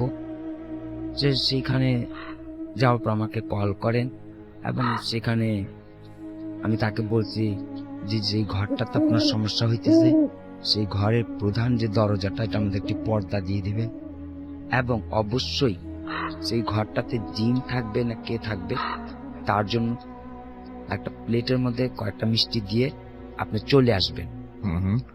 তখন সেই লোকটা বলতেছে যে আমাকে ফোন করে যে আমি তো খুব ভয় পাইতেছি, তো সেই মুহূর্তে কি করা যায়। তেমন কোনো ভয় নেই, আমি দেখতেছি, আপনি কাজ করে যান। তখন সেই লোকটা যখন মিষ্টি নিয়ে এবং দরজার সামনে দিয়ে পর্দাটা দিল, এবং ঘরের ভিতরে যে মিষ্টিটা দিছে, উনি কিছুক্ষণ পরে দেখতেছে যে মিষ্টিটার ভিতরে 3-4টা মিষ্টি দিয়েছিল, 3টা মিষ্টি নাই, শুধু একটা মিষ্টি রয়ে গেছিল। আচ্ছা। এবং সবচেয়ে বড় যেটা আশ্চর্য হয়, উনি যে ভয় পাইতেছিল, সেই এলাকায় ওই জায়গাটার মধ্যে কোনো কুকুর ছিল না, কিন্তু সেই মুহূর্তে তাকে একটা কুকুর পাহারা দিয়ে। সেই ছেলেটা যতক্ষণ পর্যন্ত ওই ঘরটাতে ছিল কাজ করছে, এবং সে যতক্ষণ পর্যন্ত ঘরে নিজে ফিরে নাই, সেই কুকুর তাকে পাহারা দিছে। ঘর পর্যন্ত তার নিজ বাড়িতে যখন আসে, সে নিজ বাড়িতে আসা পর্যন্ত সেই কুকুরটা তার পেছনে পেছনে করে এসে তারপর চলে যায়। যে সেই ছেলেটা অবাক হয় যে এইখানে তো কোনো কুকুরই ছিল না, এখন কি ভাই আসলো, আর এই কুকুরটা আমার বাড়ি পর্যন্ত কেন এসে তারপর কোথায় চলে গেল। সেটা আমার সাথে ফোনে কথা হয়। তো এবার আমি গিয়েছিলাম সেই জায়গাটাতে, একটি জঙ্গলের ভিতরে সেই ঘরটা। সবচেয়ে বড় যেটা আশ্চর্যজনক ঘর বিষয়, ঘরটাতে মাটির দেয়াল ফাটল ধরা, সূর্যের আলো পর্যন্ত সেই ঘরটাতে প্রবেশ করে না, অন্ধকার থাকে। আমি সেখানে আলোর ব্যবস্থা করার জন্য মোমবাতি দিলাম জ্বালানো, এবং মোবাইলের যে টর্চ লাইট আছে সেটাও জ্বালালাম, তবুও আলো হয় না, অন্ধকার থেকে যায়। একটা বাঁশ দিয়ে একটা দেয়াল যে আটকে রাখছে, এত ঝড় তুফান এত কিছু হয়, সেই দেয়ালটা ধসও পড়ে না, পড়ে যায় না, দেয়ালটা একটা বাঁশের উপর আটকে আছে। অথচ এটা বহু বহু পুরনো এই ঘরটা। এর পরবর্তীতে আমি যে কাজগুলো করি সেই ঘরটাতে, আমি ভেতরে প্রবেশ করি এবং সেই মাটিগুলো হাত দিয়ে দেখি, এই মাটির চারপাশের দিকে বিষাক্ত সাপ, বহু ভয়ানক সাপ, খুব শব্দ হইতেছে এবং বিষাক্ত সাপ রয়ে গেছে। এবং সবচেয়ে বড় আশ্চর্য আমার কাছে যে বিষয়টা হইতেছে, আমি যখন ঘরের বারান্দাতে মানে দরজার সামনে দাঁড়ানো ছিলাম, ভিতর তো খুব গুটগুটে অন্ধকার, কোনো আলো প্রবেশ করে না। সেই দেয়ালের আমার ডান পাশে দেয়ালের মধ্যে এবং আমার মুখ বরাবর, সোজা বরাবর দুই দেয়ালের মধ্যে শুধু চোখ দেখতে পাইছি। কোনো কোনো দেহর কোনো মাথা, হাত বা কোনো কিছু দেখা যায় নাই। শুধু আমার ডান পাশে দেয়ালের মধ্যে দুটা চোখ আর আমার সোজা বরাবর দুটা চোখ দেখা গেছে, এবং তখন খুব আলোকিত। পরে এটা দেখার পরে আমি চলে আসলাম। এটা যখন দেখে আমি ওইখানে ঘরটাতে ফিরে আসার পরে যে আমাকে নিয়ে গেছিল তার ঘরে বসে মোরাকাবায় বসলাম, এই ঘরটা বিষয়ে কি আছে। তখন সেই ঘরের মধ্যে যে থাকেন সেটা একটা জিন ছিল। সে আমার কাছে বলল আমার জন্য কিছু খাবার ব্যবস্থা করে দিবা। পরবর্তীতে আমি তার জন্য মিষ্টি এবং কিছু ফলের তৈরি করি, এবং ওই ঘরটাতে যখন দেওয়া হয় তো সেখানে খাবারটা দেওয়ার মধ্যে আমার কিছু ভুল থাকাতে সে আমাকে একটু আঘাত করে। আমি একটু আঘাত পাই, আমাকে আঘাত করা হয়। আমার এখানে সেটা একটা ভুল ছিল। এবং শেষ পর্যন্ত আপনি তখন কি করেন? শেষ পর্যন্ত আমি জানতে পারি সেটা অনেক পুরনো আমলে ছিল এবং একটি জিন ছিল এখানে, জিন বসবাস করত, এবং এটা পরহেজগার জিন। আচ্ছা, ওইখানে গ্রামের লোকগুলো সেখানে একটু খাবার দিত, আপনি সেগুলো নিষেধ করে দিয়ে এসেছেন? হ্যাঁ, আচ্ছা, আমি বলছি এগুলো দেবেন বন্ধ না, করতে কারণ হবে। এটা একটা কুসংস্কারের মতো। 2008 সালে আমি 5 সালে সরি, আমি যখন ক্লাস 8-এ পড়ি তখন ফাইনাল পরীক্ষার পরে নভেম্বর মাসের শেষের দিকে যখন রেজাল্ট দিছিল, লাস্টের দিন আমি রেজাল্টটাতে খারাপ করছিলাম, ফেল করছিলাম না, কিন্তু মার্কস কম ছিল। ওকে, তো ভয়তে ছিলাম যে আব্বু আসবে, আব্বু এসে বকাবকি করবে। তো তখন আমাদের ওইদিকে এখনো পর্যন্ত ট্রেন্ড আছে, বাসায় লজিং মাস্টার থাকে। তো আমাদের বাসায় একজন লজিং মাস্টার ছিলেন, তার নাম ছিল রফিউল স্যার। তো ওনার সাথে আমি বলি যে স্যার আমি আজকে বাসায় থাকবো না, কারণ আব্বাকে অনেক ভয় পাই, আব্বা এসে যদি মার্কস কম দেখে তো আমাকে অবশ্যই বকাবকি করবে। তা চলেন আপনার বাসায় যাই, ঘুরে আসি। এসে যখন সামনে দেখবে না রাগ পড়ে যাবে, তো বকাবকি কম করবে। তো তার কারণে আমি স্যারের সাথে স্যারের বাসায় গেলাম। স্যারের বাসাটা হলো আপনার যশোর আর কলকাতা বর্ডারের একেবারে লাস্ট গ্রাম। চমৎকার। তো স্যারের বাসা একদম বর্ডার ঘেঁষে, হ্যাঁ একেবারে বর্ডার ঘেঁষে হচ্ছে ওনার গ্রাম। তো ওই গ্রামে একটি আমি 1:30টার দিকে আপনার বাসায় চলে আসি। তো স্যারের সাথে কথা বলে 3টার দিকে আমি 1.5 ঘন্টার ভিতরে কোন রকম মাকে ম্যানেজ করে চলে যাই। দাদাকে আর বলি না, আমার বাসায় আমাদের গার্জিয়ান ছিল দাদা, কোনো জায়গায় যেতে হলে ওনাকে বলে যেতে হতো, কিন্তু আমি ওনাকে বলে যাইনি। আচ্ছা, তো তারপরে আমি ওই স্যারের সাথে 3টার দিকে রওনা দেওয়ার পরে মোটামুটি 2 ঘন্টা লাগে, ওইখানে সাইকেল চালিয়ে গিয়েছিলাম। তো স্যারের বাসায় যে পৌঁছাতে প্রায় 6টা বেজে গেছে। আচ্ছা, তো স্যারের বাসা থেকে স্যার আমাকে বললো যে আসলে তো এখানে কি করবো এখন। আমি বললাম যে তার ভালো লাগতেছে না কিছু। স্যার বললো যে চলো আমাদের এখানে একটা সিনেমা হল আছে, এখন ওটা আর নাই। ওটা আপনার আমি যতটুকু খবর পেয়েছিলাম 2009 সালের দিকে ওটা এখন একটি গুদামঘর হিসেবে ব্যবহার হয়। তো আমি বললাম ঠিক আছে স্যার, আমি কখনো ছবি দেখিনি, সিনেমা হলে এখনো ঢুকিনি, তো চলেন যাই। স্যারের সাথে সিনেমা হলে গেলাম। স্যারের বাসায় জামা কাপড় রেখে সিনেমা হলে ঢোকার পরে, গ্রামের সিনেমা হল তো, সামনে প্রথমে কিছু বেঞ্চ, স্কুলের যে বেঞ্চ থাকে ওই বেঞ্চ ছিল, মাঝখানে কিছু ভাঙাচোরা চেয়ার, এবং শেষের দিকে আপনার একেবারে মানে কোনো রকম বসা যাবে না, এরকম কিছু চেয়ার ছিল। তো আমি আর স্যার যে মাঝের দিকে বসি, আর কিছু আচ্ছা। লোক ছিল সামনে, সর্বোচ্চ পুরা এবং গ্যালারির মতো করা নাই, মানে গ্যালারির- একদম সমান, না না সমান না, কিন্তু হালকা ঢাল, হালকা হালকা আচ্ছা। ঢাল, যে আমরা যেমন এমনি হুম। ইয়া কমপ্লেক্স থেকে ওই ঢাল, আচ্ছা, ওকে। হুম। হালকা ঢাল। তো সেই ঢালুর ভিতরে আমরা মাঝের দিকে বসি, তো আশেপাশে আর কেউ ছিল না। হুম। সামনে ওই বেঞ্চে কিছু লোকজন বসে সিগারেট খাচ্ছিল, হুম, ছবি দেখতেছিল গ্রামের পিছনে কিছু ছিল। হুম। ওই একটাই সারি ছিল ওইখানে, মানে 3 সারি না, হুম। একটাই রোতে, একটাই সারিতে সবাই বসেছিল, রো ছিল অনেকগুলো। তো মাঝের দিকে আমি বসার পরে আপনার ইন্টারভেলের কিছুক্ষণ আগে 10-15 মিনিট আইডিয়া করি যে আমি হঠাৎ করে আমার গা হাত পা খুব ঘামতে শুরু হয়, হঠাৎ করে? হঠাৎ করে। আচ্ছা। এবং বাংলা সিনেমা চলতেছিল, আমি কিছুটা অস্বস্তি ফিল করতেছিলাম। হঠাৎ করে আপনার খুব অস্বস্তি ফিল করতে শুরু করি, গা হাত পা ঘামতে শুরু হয়, গায়ে জ্যাকেট ছিল সেটা খুলে রাখি। স্যার আমার এই অবস্থা শীতের দিনেই? শীতের দিনে, হুম। ওই সময় আপনার নভেম্বরের শেষ, মানে তো তখন অনেক শীত। রাইট। তো হচ্ছে আপনার ঘামতে শুরু করি। তো স্যার আমাকে বলে যে কি হলো, ঘামছো কেন? আমি বললাম যে স্যার আমার খুব প্রবলেম হচ্ছে এবং আমি একটু পানি খাবো, আমাকে একটু বাইরে থেকে পানি এনে দেন। তো স্যার তখন বলে যে তুমি বসো, আমি তোমার জন্য পানি আনতে যাচ্ছি। স্যার আচ্ছা। আমার ডান হাতে বসেছিল, আমি ওই রোতে একেবারে সারিতে সবার ফার্স্টেই বসেছি। আচ্ছা। তো স্যার আমাকে ডিঙিয়ে পানি আনতে গেল। তো তখন আমি ওই আশেপাশে মোটামুটি একা। হুম, হুম। তো তখনই স্যার চলে যাওয়ার পরই আমার আরো বেশি মানে খারাপ খারাপ লাগতে লাগতে শুরু করে, এবং আমি কি করি, আমার যে মানে একটা শূন্য দৃষ্টি বলে না রাসেল ভাই, যে মানুষ তাকায় আছে সামনে, কি হচ্ছে না হচ্ছে কিছু বোঝা যায় না, হুম, হুম। তো ওই রকম শূন্য দৃষ্টির একটা ফিল আসে। তো আমি মনে করি হয়তো বা আমার একটা কোনো সমস্যা হচ্ছে, স্যার পানি আনলে খেয়ে ঠিক হয়ে যাবে। ঠিক তৎক্ষণাৎই আমার ডান কাঁধের উপর একটা জোরে নিঃশ্বাস পড়ে, ঠিক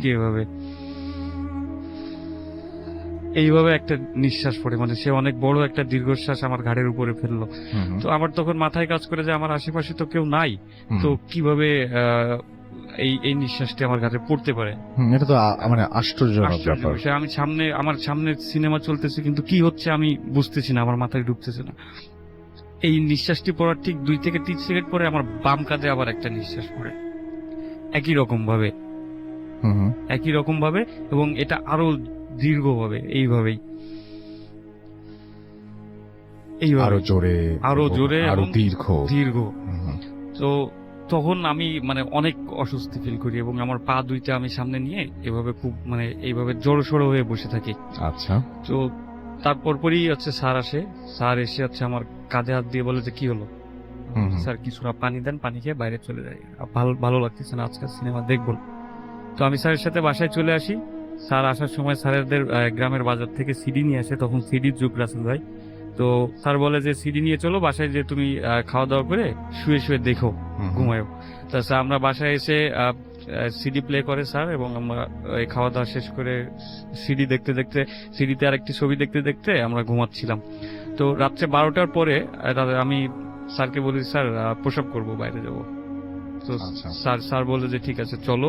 তো বাথরুমে যাও, আমি বাইরে বের হয়ে স্যারদের বাসার একেবারে স্যারদের যে ঘরে আমাকে থাকতে দিয়েছিলেন তার সাথে হচ্ছে আপনার পুকুর ছিল, আমি পুকুর পাড়ে বসি প্রসাব করতে, এবং স্যার আমার থেকে মিনিমাম 5 থেকে 10 হাত দূরে দাঁড়ায়।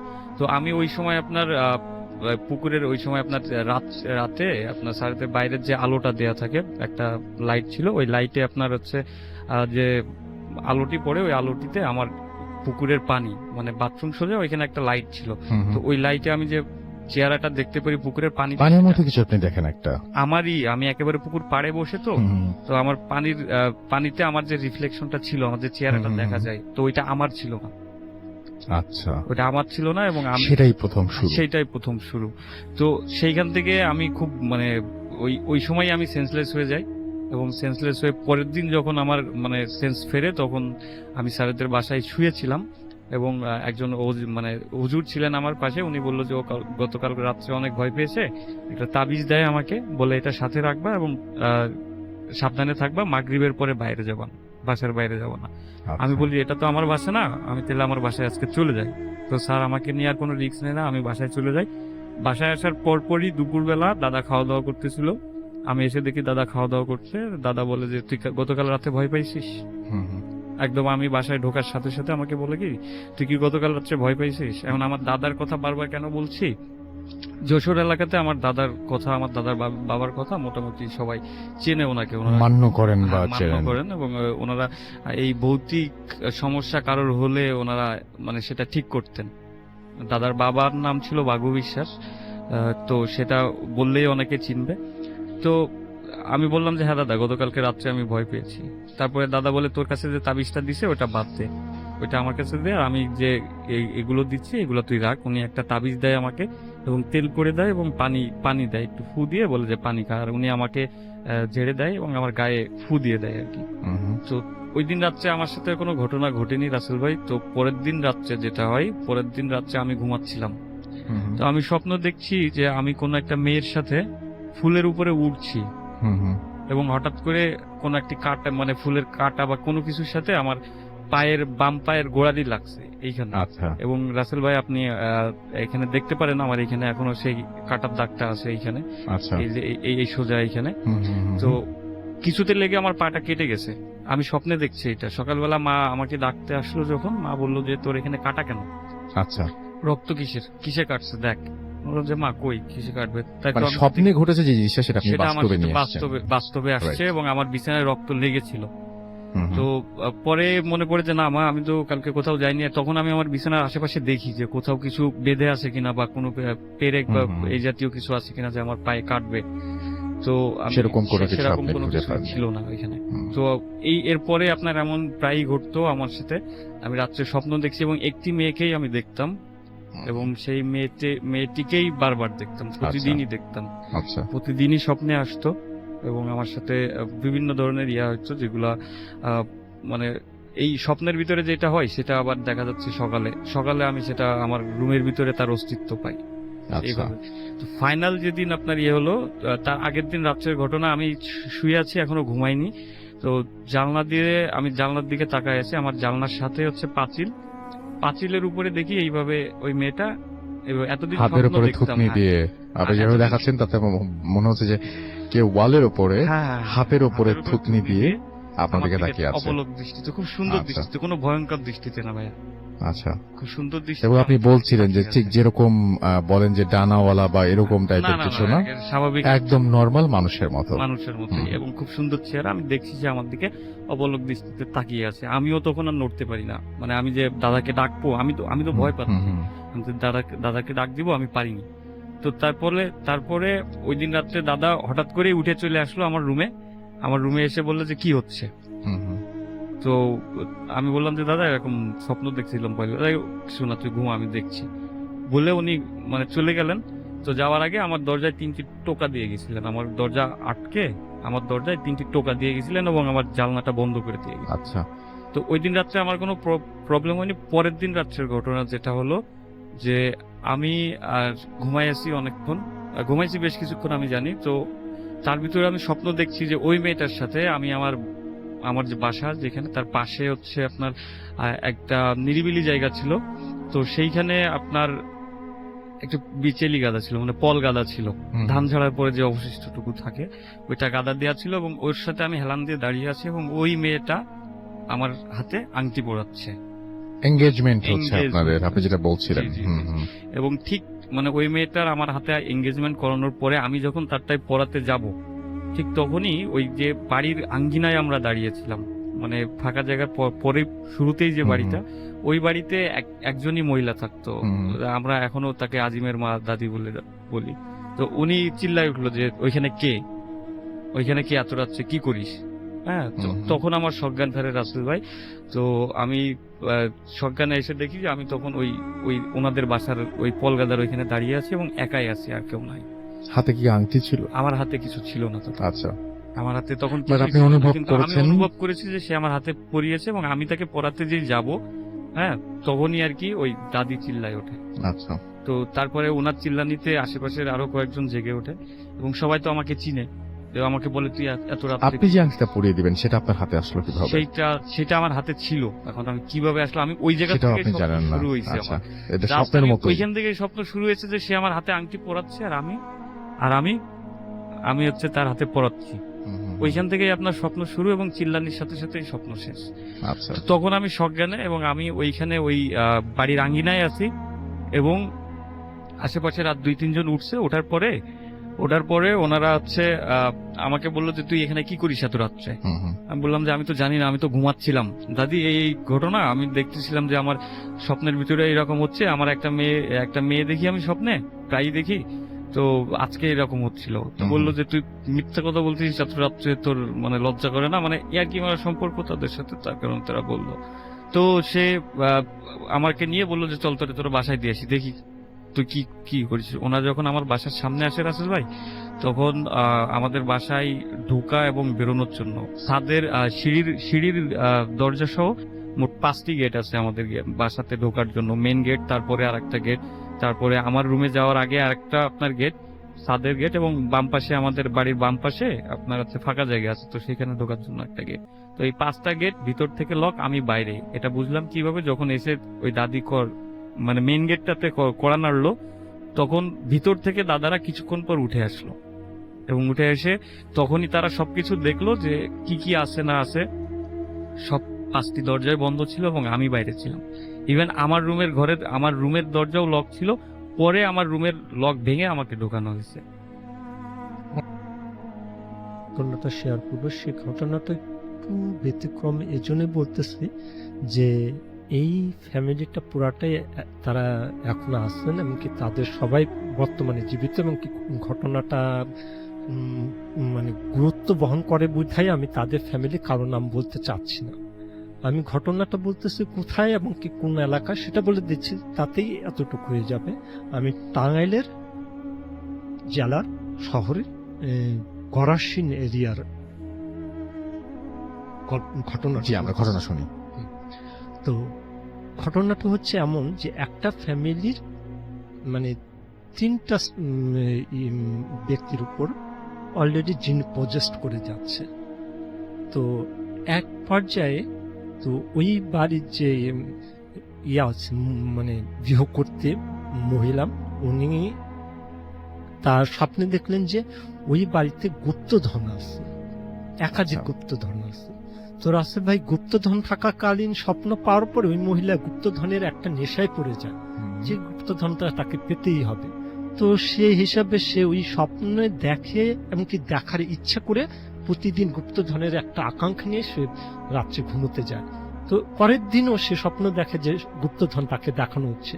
তার মনের মধ্যে একটা বিশ্বাস জন্মায় যে স্বপ্ন শুধু এটা স্বপ্ন না, কারণ আমি একাধিকবার দেখতেছি, আমাকে দেখানো হচ্ছে, তো আমি আমার আকাঙ্ক্ষাকে আরো শক্তিশালী করি। তো সে এইভাবে যেতে যেতে স্বপ্নটাকে তাকে গুপ্তধন দেখানো হচ্ছে, এমনকি বলা হচ্ছে তোমাকে এটা দেওয়া হবে। তো এক পর্যায়ে স্বপ্নে বলা হয় যে তোমাকে গুপ্তধন পেতে হলে একটা কন্ডিশন ফুলফিল করতে হবে। কন্ডিশনটা কি? যে তোমার যে কোনো একটা সন্তানকে আমাদের দিতে হবে, আমরা তাকে নিয়ে নেব, বিনিময়ে তুমি গুপ্তধন পাবা। তো এই স্বপ্নের কথা এই মহিলা আর কারো কাছে শেয়ার না করে ওনার হাজবেন্ডের সাথে শেয়ার করে। তো একটা পর্যায়ে এরকম মানে যুগাযুগের এক পর্যায়ে তো তারা হাজবেন্ড ওয়াইফ ডিসিশন নেয় যে তারা গুপ্তধনটাকে কালেকশন করবে। তো সেই সিদ্ধান্তের উপর বেসিস করে ওই তারা তাদের ছেলেটাকে মানে জিনদেরকে দিয়ে দেওয়ার সিদ্ধান্ত নেয়। সো এই পর্যায়ে সিদ্ধান্ত হওয়ার পরে তারা গুপ্তধনটা পেয়ে যাওয়ার পরে তাদের পরিবারের চরম উন্নতি, একাধিক দিক থেকে ব্যবসা, একাধিক থেকে অর্থ প্রাপ্তি এবং অর্থ সমৃদ্ধি যাকে বলে, যেটা সমাজে মানে সবার চোখে পড়ার মতো একটা অবস্থায় তারা চলে যায়। আচ্ছা, কিন্তু ইন দ্য মিন টাইম হঠাৎ করে তার বড় ছেলে, নামটা বলছি না, তো তার বড় ছেলে একদিন হারিয়ে যায়। সমাজে মানে গ্রামের সবাই জানে যে ছেলেটা হারিয়ে গেছে, এমনকি তার বাবা মা এটাই প্রচার করে যে না আমাদের সন্তানটা হারিয়ে গেছে, কিন্তু তারা জানে যে তাদের সন্তানটাকে তাদেরকে যারা গুপ্তধন দিচ্ছে তারা নিয়ে গেছে, কিন্তু এটা তারা সমাজে সবার কাছে গোপন রাখে। এই তো এইভাবে চলতে থাকে। কিন্তু একটা পর্যায়ে যে তাদের ব্যবসা যখন খুব বারবারন্ত হয়ে যায়, তাদের পাশের যে শরিক মানে তাদের বংশের অন্য শরিকরা এর অনুসন্ধান শুরু করে, কারণ তারা জানে যে তাদের পরিবারের মধ্যে গুপ্তধন আছে। এই কথাটা সবাই জানে, কারণ তাদের দাদার জিনের করতো, মানে জিনের সাধন করতো এবং কি জিন বশ করছিল। এই জিন বশ করে সে কিছু গুপ্তধন তাদের ফ্যামিলিতে তাদের সীমানায় এনে মানে সংরক্ষিত করছিল। এই অবস্থায় এই কথাটা যখন তাদের আগে জানা ছিল, আর এই বিষয়টা এত সমৃদ্ধি কারণে তারা এই বিষয়টা জানার চেষ্টা করে। এখন কোনো না কোনো ভাবে তারা জেনে যায় যে তাদের বড় ভাই মানে বড় কাজিন এই গুপ্তধনটা পেয়ে গেছে, আর বিনিময়ে তার সন্তানকে তারা মানে ট্রান্সফার করছে। তো এই পর্যায়ে তাদের শরিকরাও এই গুপ্তধন পাওয়ার জন্য যা করা দরকার সেরকম ভাবে চেষ্টা শুরু করে দেয়।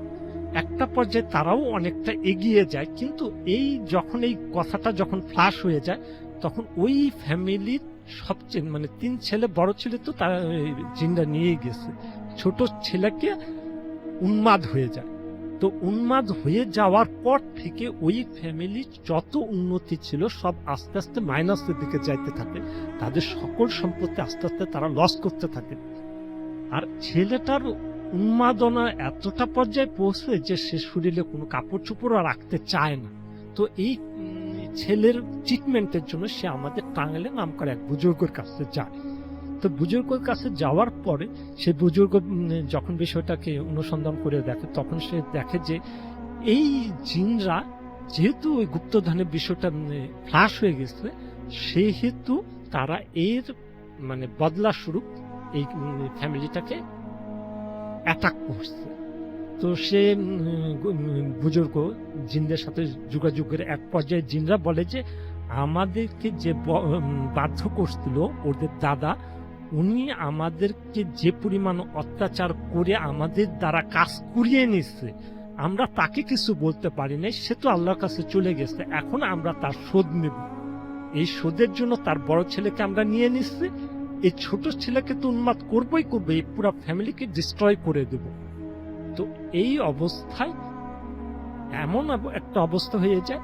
তো তখন ওই ফ্যামিলির মহিলা এবং কি যে যারা গুপ্তধন পাইছিল তারা বললো যে আমাদের আর কিছু প্রয়োজন, আপনি আমাদের ছেলেটাকে সুস্থ করে দেন। বুজুর্গের কাছে বললো, তখন বুজুর্গ বললো যে হ্যাঁ আমি সুস্থ করে দেবো, তোমরা এই সিস্টেমটা ফলো করো। তো ওই দিন রাত্রে থেকে ওই মহিলা আবার স্বপ্ন দেখে গুপ্তধন। তখন সে বলতেছে যে তুমি ওই লোকের কাছে আর যাবা না, তোমরা এই গুপ্তধন আবার পাবা, তোমার সন্তানও সুস্থ হয়ে যাবে। সেই মহিলা আবার গুপ্তধনের নেশা পড়ে, সে আবার গুপ্তধন পাওয়ার অতীতে যে আমল করছে সে আমল কন্টিনিউয়াস করতে থাকে। এর এক পর্যায়ে যে সে যখন গুপ্তধন পাবে ওই সময় একটা কুকুর তার টিনের ঘরের মাটির মেঝেতে একটা গর্ত করে সেই কুকুরটা ওইখানে মানে বাসা করে, এবং কি মাগরিবের আজানের সময় সে কুকুরটা এত মানে চিৎকার শুরু করে মাটির গর্তে নিজেকে লুকিয়ে ফেলে। এই একটা অবস্থা হওয়ার পরে তার মেজর ছেলের প্যারালাইসিস হয়েছে, মানে সে কথা বলতে পারে, মানে বুকের উপর পর্যন্ত তার ওকে আসছে, কিন্তু বুক থেকে ঠিক আছে, আমরা বুঝতে পেরেছি। তারপরে তো এই অবস্থাতে সে আবার তার বুজুর্গের কাছে যায়। তখন বুজুর্গ বলতেছে আমি তো বলছি যে তোমাকে কন্ডিশন দিচ্ছে যে আমরা ওদেরকে ভালো করে দেব, ওরা আমাদের ডিস্টার্ব করবে না, কেন তোমরা আবার নতুন করে গুপ্তধনের প্রাপ্তির লোভ করতেছো, চেষ্টা করতেছো। তখন তো ওরা অবাক যে এই কথা তো আমরা বুজুর্গকে বলি নাই, তাহলে জানলো কিভাবে? তখন বুজুর্গ বলছে ওদের সাথে আমার কথা হয়েছে, তোমরা যদি গুপ্তধনের এই লোভটা না ছাড়ো তাহলে এরা আবার তোমাদেরকে ক্ষতি করবে। তখন তারা বুজুর্গকে বললো যে আপনি যেভাবে পারেন এটার একটা সমাধান দেন। তখন বুজুর্গ বললো যে ঠিক আছে, এই গুপ্তধনের ব্যাপারে তোমাদের কি মানে তোমাদের উপর যে টর্চার করা হয়েছে টর্চারে তোমরা কি মানে সমাধান কি? তখন জিনের তরফ থেকে বলা হয় যে আমরা আমাদের উপর যে টর্চার করছে তারা আমরা ফল নেব, কিন্তু আমরা গুপ্তধনের ব্যাপারে কিছু দেব না। তখন তারা বলতেছে যে ঠিক আছে, তাহলে আমরা মেনে নেব। এখন আপনি এক কাজ করেন যে এই যে ছোট ছেলে যে উন্মাদ হয়েছিল একে আপনি ট্রিটমেন্ট করবেন না। তখন বুজুর্গ বললো যে আমি ট্রিটমেন্ট করব না, তোমাদের কথা দিলাম, কিন্তু তোমরা যে বড় ছেলেটাকে নিয়ে গেছো তাকে তোমাদের রিটার্ন দিতে হবে। তখন তারা বলে যে এটা আমাদের পক্ষে সম্ভব না, কোনোভাবেই সম্ভব না বড় ছেলেকে দেওয়া। তো এই অবস্থায় সে বড় ছেলেকে সম্মান তখন বুঝোকে বলতেছে, যেহেতু তোমরা বড় ছেলেকে রিটার্ন দিতে পারবে না, তাহলে তোমাদের পানিশমেন্টে কোনো তোমরা দায়িত্ব আমরা নিব না। তখন তারা একটা মিউচুয়ালে আসে যে তাহলে তা আমরা গুপ্তধন দিব না। এই অবস্থায় তারা বলে যে ঠিক আছে, ওকে, আমরা বড় ছেলেকে নিছে, আমরা আমাদের প্রায়শ্চিত্ত পেয়ে গেছে, তাহলে এরা যেন আর কখনো গুপ্তধনের কোনো ইচ্ছা বা চাহিদা না করে।